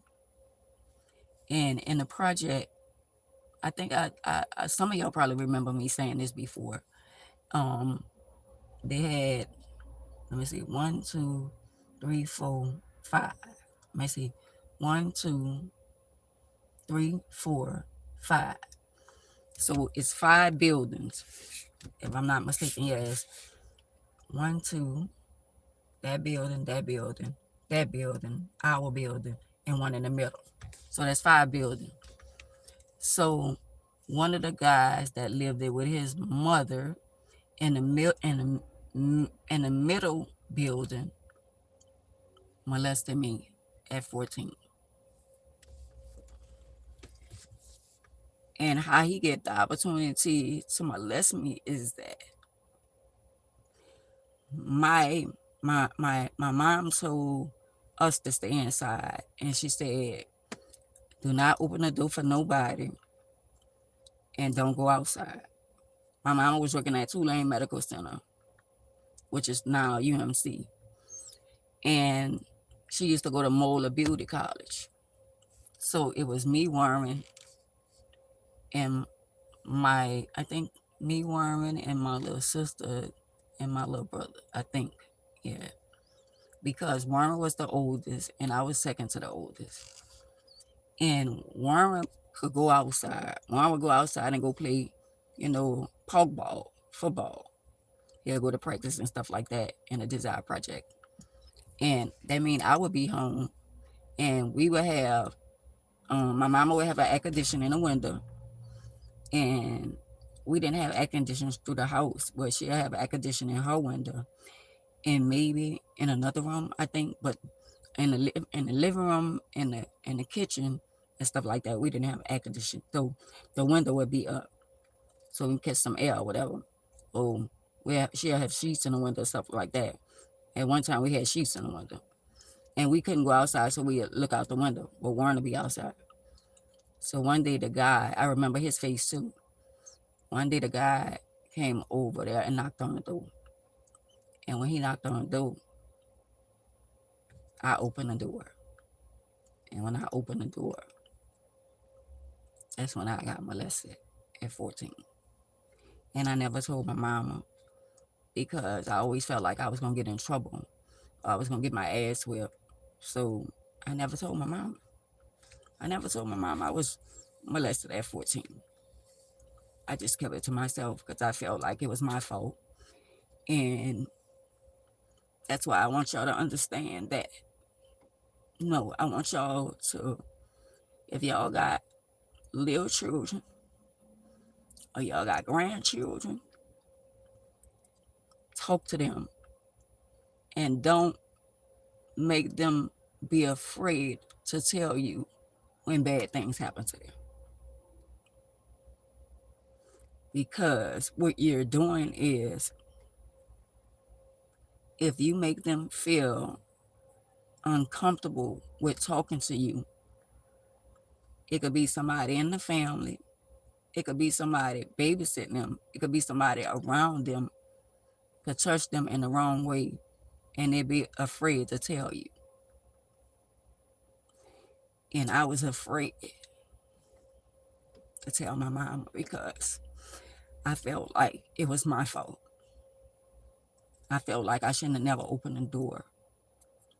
So when I wound up getting pregnant at 15, mama probably thought in her mind that that was the first time.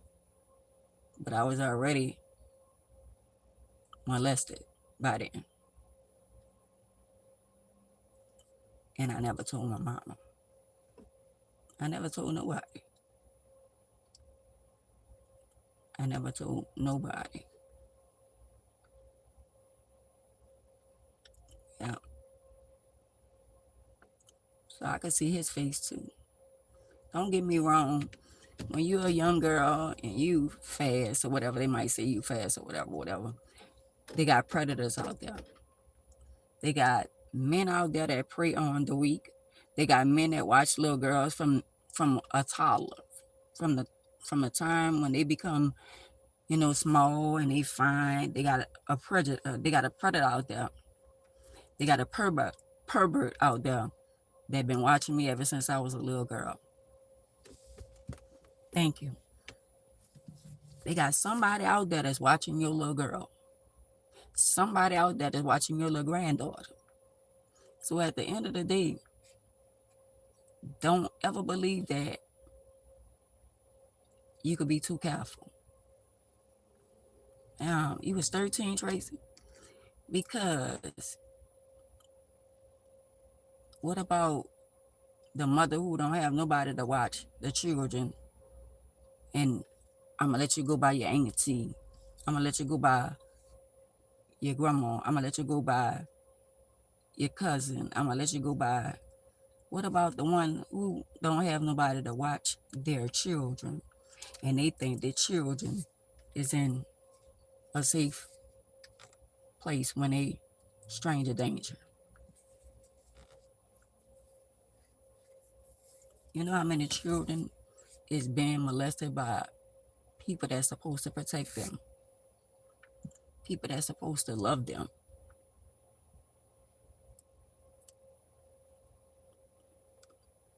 And I think about my life, and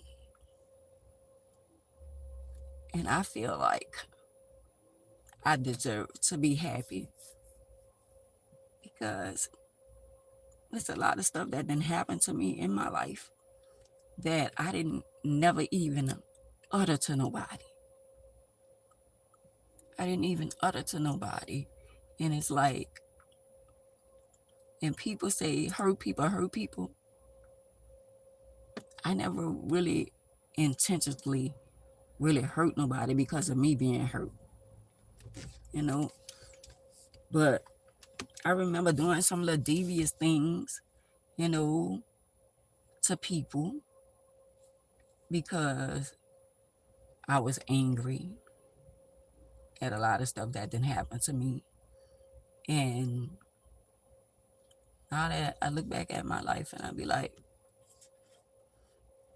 I understand when they got some people in the world, some things are out of their control. When things happening in some people's life, y'all got to know that that was the hand that was dealt to them.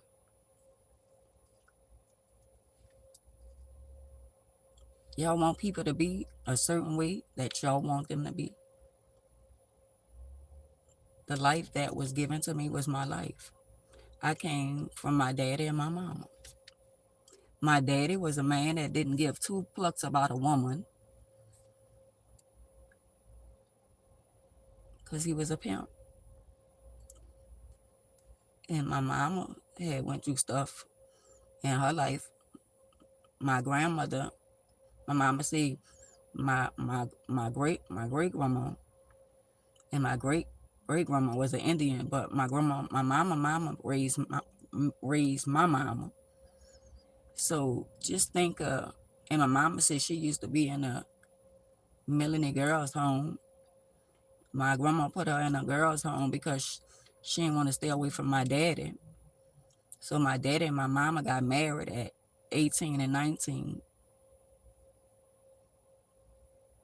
So when we think about a lot of things, we got to go back on our ancestors and our mama and our mothers and our fathers and our grandparents. We got to do some soul searching, and we got to go to finding out our family tree. We got to figure out where some shit came from. That's why I tell y'all, some shit has nothing to do with us. But it's generational curses. And it's already in the genes. It's in the blood. We can't change who we became. Right. We can't change who we became. I can't change who I became, but I became a better person now. Well, who I was then, don't beat yourself up about what you did in your past. That's not, your life is not the life you chose. Our life, that's not the, we didn't choose to come here. So whatever life was given to us, as we got older, to know better is to do better. But what about when you don't know no better? What about sister girl who ain't never had nobody to raise her, to teach her about her period, to teach her how to clean her vagina? What about them?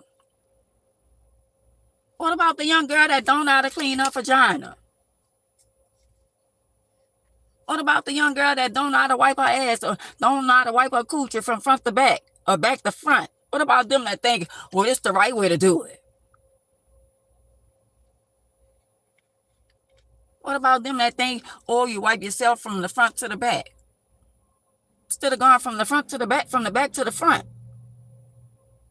What about them that nobody's teaching them?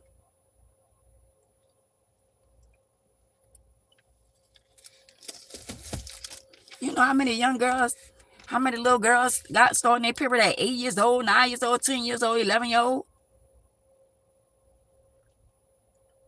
What about the little girls lost and found who don't have nobody?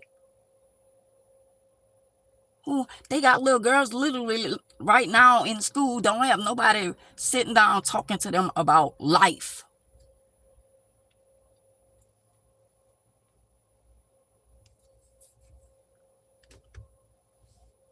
All of us have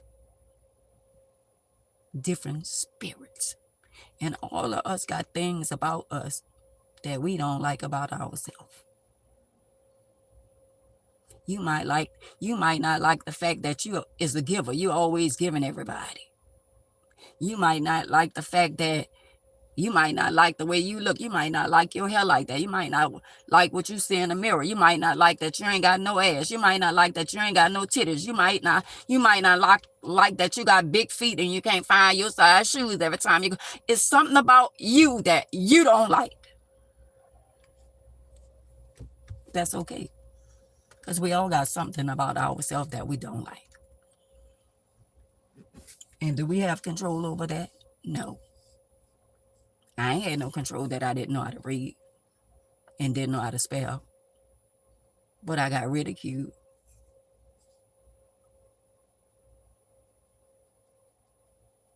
But I know how to read now. And I know how to spell, even if I gotta memorize it. So I might not know how to read or spell or what you don't know how to do. All us got flaws. But one damn thing for sure, if it's something that I don't know, I ain't too proud to beg. Or I ain't too proud to ask. What this mean?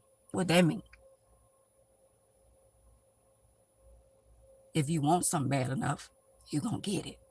If you want to know something bad enough, you're gonna learn it.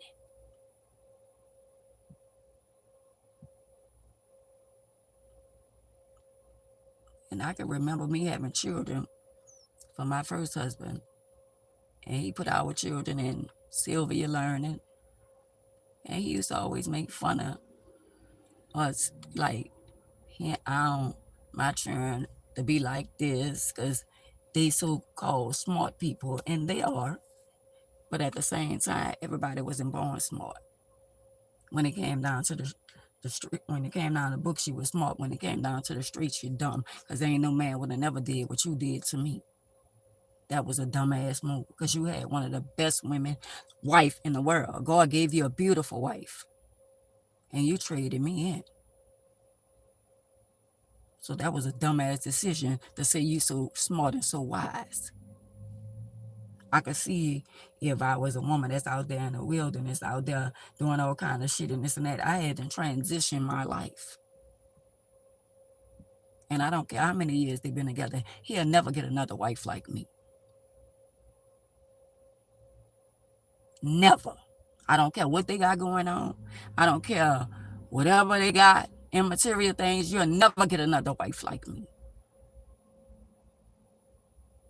It wasn't about the immaterial things with me. I didn't just say, oh, I'm just up and just give him children. I gave him children because I was in love with him. For him. Even on our worst days. So that's his loss.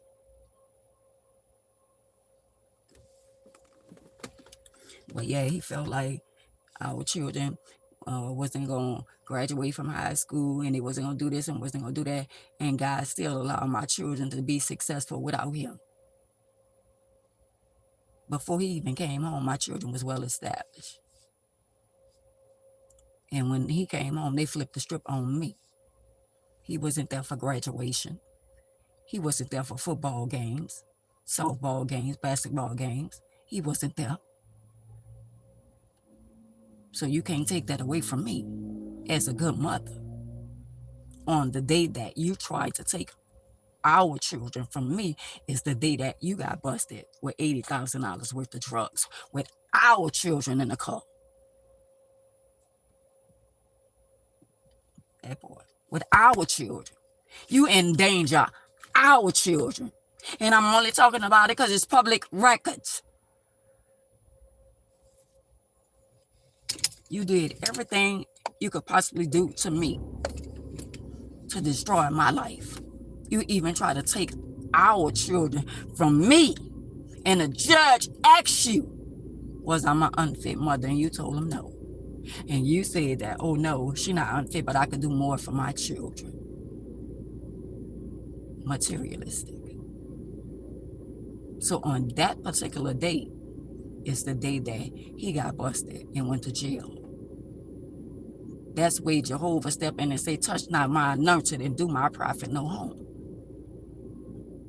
I never thought in my wildest dreams, when the judge gave him my children, and we got on that elevator, and I was so angry and so mad at Jehovah.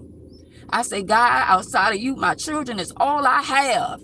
And you gonna allow the judge to take my children and give them to him? I had to eat that day. So I gave it to God. But I was so torn and so hurt. And we was on the elevator and he was calling everybody. I got my children. He just knew there was going to be one big happy family. Not knowing that she really didn't want his children. And a couple hours later, 4 hours later, I get a phone call from the FBI. And it said, we got your children. We need you to come and get your children. They called me the other woman name, but they was looking for me. And when I went out there to get my children, they was gone. Because it had happened. And by the time I got out there, they was gone. And I didn't get my children back till the next day. And I had to go to that same judge and get my rights back to my children. He told him he can have them temporarily. But on that same day, that's when he got busted with my children in the car. And I remember my son saying that the heroin that their daddy was throwing out the window came in his mouth. And my daughter saying the heroin went in her eyes. It flew in her eyes. I remember that.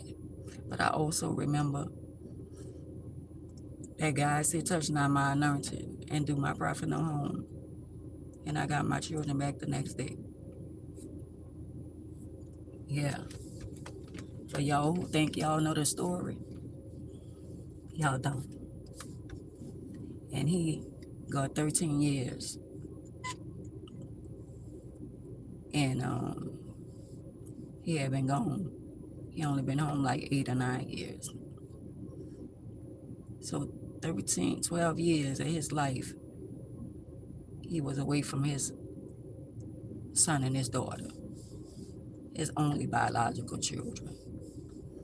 But he was there for her and her children when they graduate from school and all that. But when it was time for his children to graduate from school and all that, he wasn't there. But I'm no bad guy. I'm the bad guy. Don't let that go over your head. I did everything I could possibly do for my children. And now it's all about him. But it's okay. That too shall pass. That too shall pass. So for the people who think they know my life, they don't know. They don't even have a clue. This man came home. This man been home 8 years. When he came home, somebody tried to unalive him. It's a lot of stuff. He got hit 5 times. You would think he would look at life different. Because I look at life like God gave you chance after chance, chance after chance. I don't think he see the big picture that God really want him to get his life right. But I'm going to be honest with y'all, it's not him. It's a spirit, a demonic spirit that's controlling him. And the only way he will have peace and happiness within himself, the only way, the longer they stay together, the longer they stay in the marriage, the longer he gonna continue to be unhappy. You can put up the facade and make believe, y'all happy and all this. That's an unhappy marriage because it wasn't built on solid ground. God don't bless no mess. If he had been with any other woman that had nothing to do with me or hurting me or destroying our marriage, he probably would be happy. But that mess and confusion, they'll never be happy. I don't care where they go. I don't care what kind of facade they put up. Temporary happiness is no peace and no joy, no happiness in that. People on the outside looking in, the wicked want to believe that this a happy couple, and they not. It's a facade. It's a facade that people put up to make believe that, oh, we got the good life. Nobody have destroyed other people's lives and did bad things to people is at peace within themselves. Nobody's at peace with themselves. And not because of this situation happening to me. I don't wish bad on nobody, but I know how life is.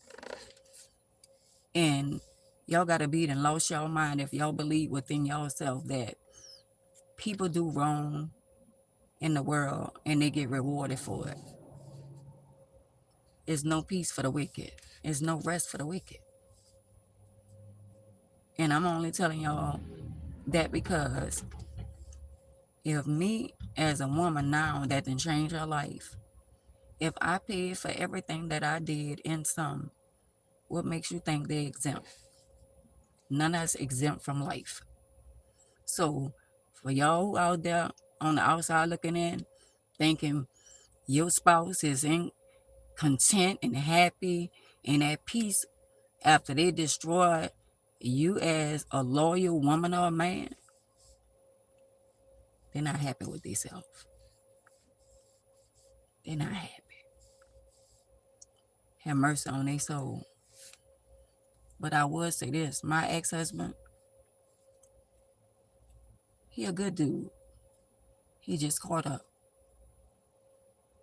He in deep. And God gave him a scapegoat several times. And he don't even understand the stronghold that's on him. It's a stronghold that's on him. Because dude not built like that. Dude is in a lot of ways, he a humble dude. And he don't like confrontation. He sneaky. But he a good dude. And he got caught up in a bad situation. And he had to go alone to get alone. He not the person he portraying himself to be. Because he not even built like that.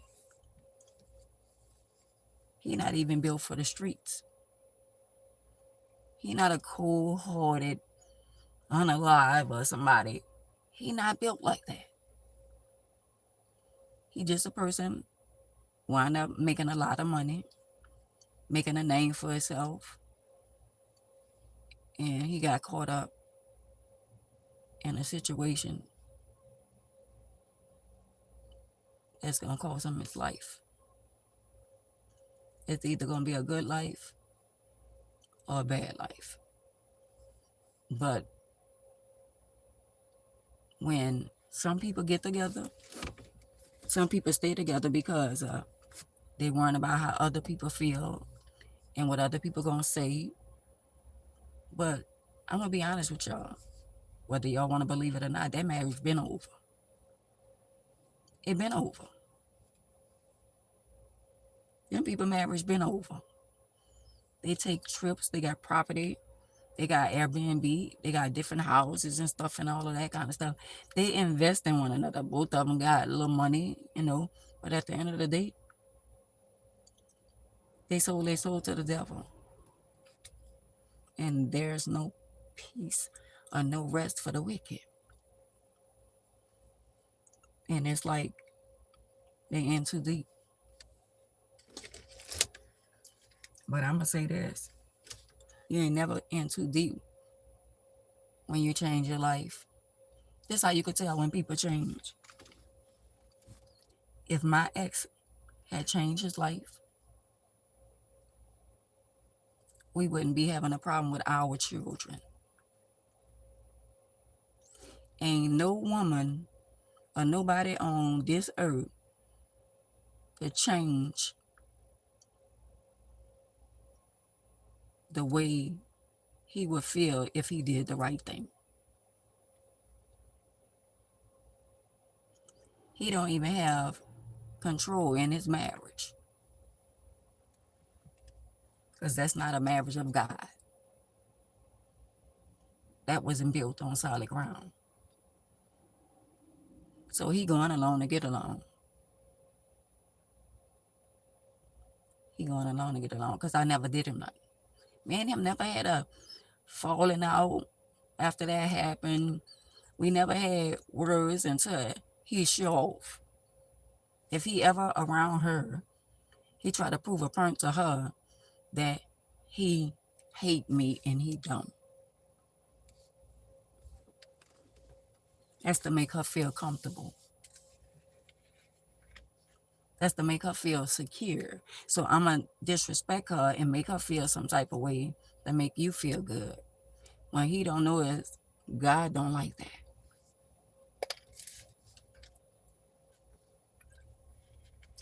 Because no matter what way you look at it, and no matter how you feel about me,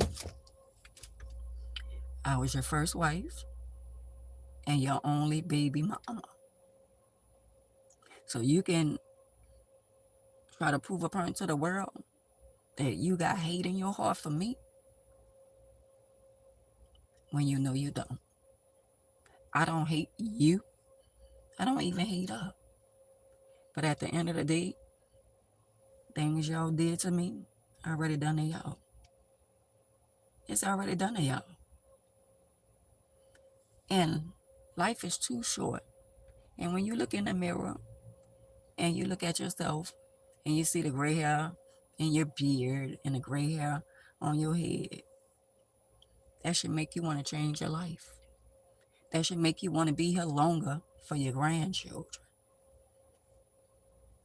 But the longer y'all keep on antagonizing me and trying to hurt me and trying to destroy me,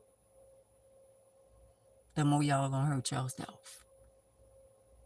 Because I surrendered already. I forgave y'all already.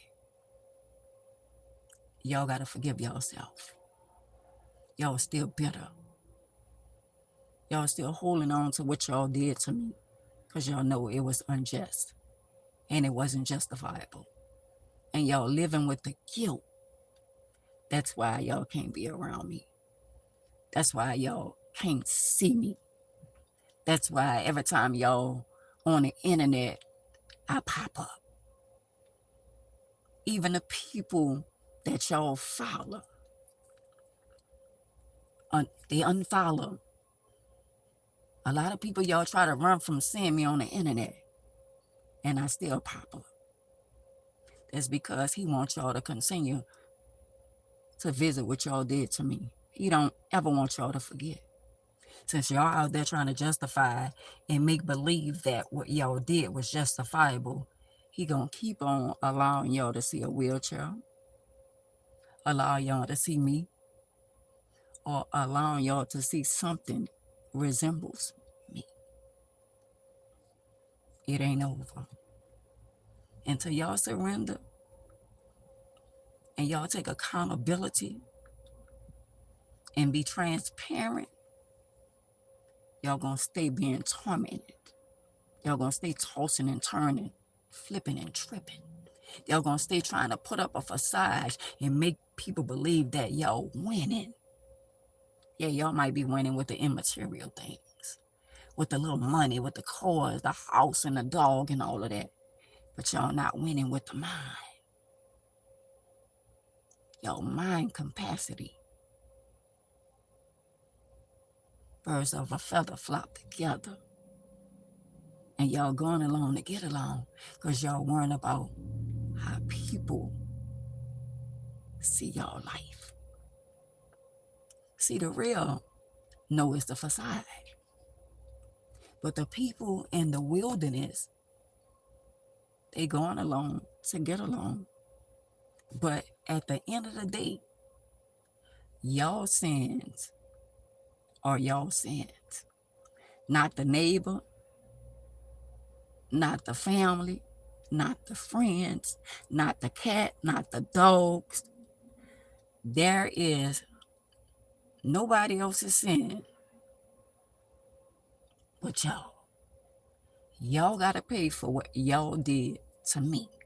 Like I had to pay for the things that I did to other people. And I took my L.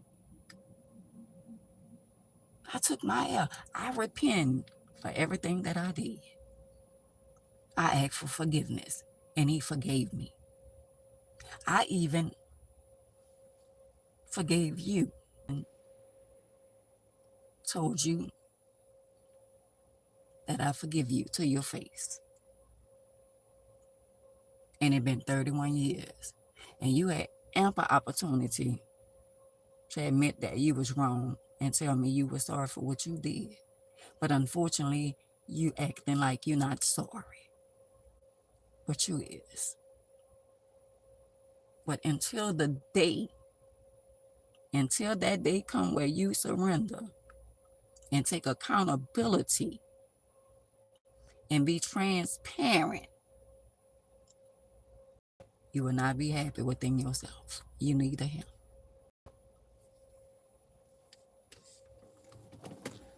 So go ahead on with your bad ass, with your tough ass.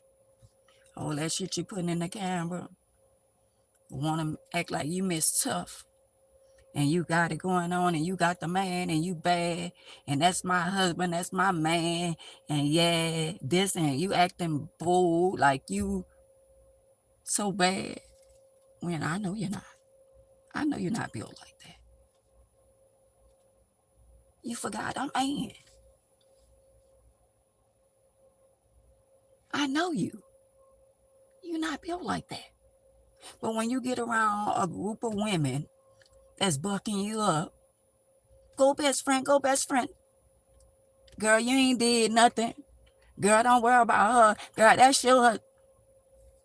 What about when you home alone? What about when you go to the bathroom and it's you and Jehovah? And he come to you and whisper and say, so you're still not going to tell her you sorry? So you just going to be stubborn, huh? And act like what you did was justifiable, and it wasn't. I take my L. Yeah, I should have kept my hand to myself, but I didn't, because I went off of my emotions and my feelings. What you shouldn't have did. And I'm not asking for a friend. What you shouldn't have did. Number one, you shouldn't have messed with a married man until he divorced me. You should have waited. If you would have waited one more day, I was going to jail for 5 years. You would have had him. You wouldn't even have to put up a fight. You would have had him. If he was meant to be yours. Now, I can't say for sure. I'm just going on for assumption. You probably would have had him if you would just waited a couple of more hours. But no, you wanted to take my life. You wanted to destroy my life because somebody told you. If me and you ever get into it, they told you to pull the trigger. And that's what you did. And no matter what they said in a courtroom, you know what matters? What Jehovah say. He got the final say so. See all those jurors that felt sorry for you, and they felt like what you did with my back turned, and all those witnesses that got up there and lied and said all kind of stuff about me. See, in a courthouse, you got off. But in Jehovah's house, it was unjustifiable. And you got to live with that. Because no matter what way y'all look at it, no matter what way your family, your children, your friends, your co-workers, the associate, the people you talk to, no matter what they say, no matter how they make you feel, at the end of the day, that's your cross you got to bear. You got to carry that cross. So you can lie and put up a facade and make people believe that what you did was justifiable. But it wasn't. I'm just saying. Like I could take accountability for putting my hand in your face. When you going to take accountability for putting a bullet in my back while my back was turned. Set yourself free. You're not free. I'm free indeed. Set yourself free. Because every time you look at that man and y'all look at each other, y'all got to think about what y'all did to that woman that's in a wheelchair. Y'all will never forget that day. Never. So, y'all go fool some of the people, make people believe that y'all so happy and y'all so content. Keep on fooling yourself. I hope you surrender one day. And to that day, there's no peace and no rest for the wicked. There's no peace and no rest for the wicked. Yeah, I might not have a man. And I might be going through the little things I be going through. But one thing I can say about me, I didn't destroy nobody's marriage. And I ain't take nobody's husband. You didn't take that man from me, Miss Thing. You can't take what's for me. That he ain't even for you. I'm just saying. You only there because you try to prove a point. But you know how many women that be around you and you be around that he done been with since y'all been married? It's better you than me. But you said your grandma said it don't matter what a man do. As long as he take care of you and come home to you. Oh, wow. I'm so sorry you feel like that. That means you'll take almost anything that a man got to give just to say, I got a man. Poor thing.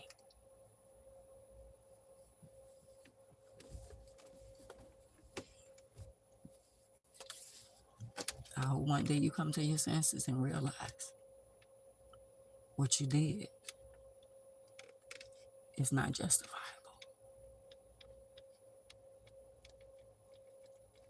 So y'all keep on playing the little games, doing the little things y'all constantly be doing, trying to antagonize Ann. For what reason? You got everything you could possibly want, and you still ain't satisfied. Sound like a Leo to me.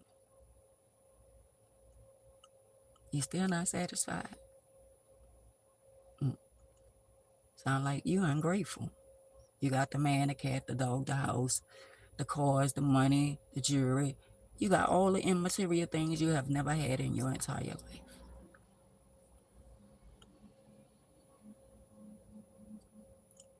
I didn't know you wanted to be me at one time. You'll never be me. Or is it you want to be that girl? It's one of the two. And now what? I don't never want to be a person that destroys another person's life.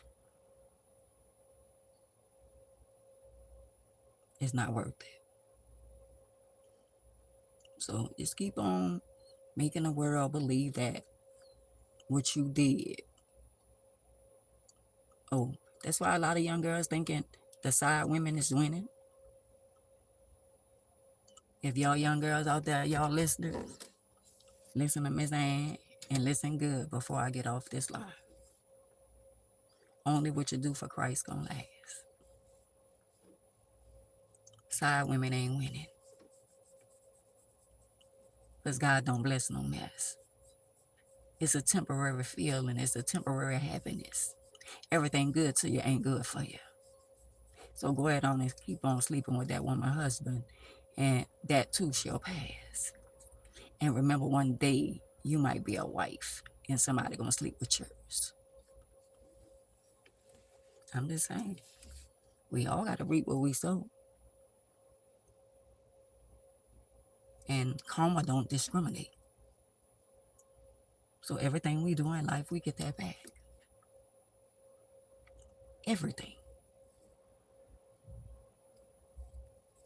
But I'm a big girl. So everything that I paid for, now it's time for me to reap my harvest. It's a beautiful thing when you can apologize. And you can take your L. And you can be transparent and live in your truth. It's like a weight just lift up off of you. Your burden is heavy. Y'all got a heavy burden.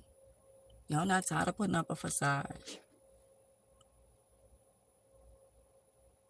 But when he leave, it's judgment day for him. When you leave, it's judgment day for you. He can't pay for your sins, and you can't pay for his. Remember that. You pulled the trigger, not him. You got it out of that little purple Crown Royal bag.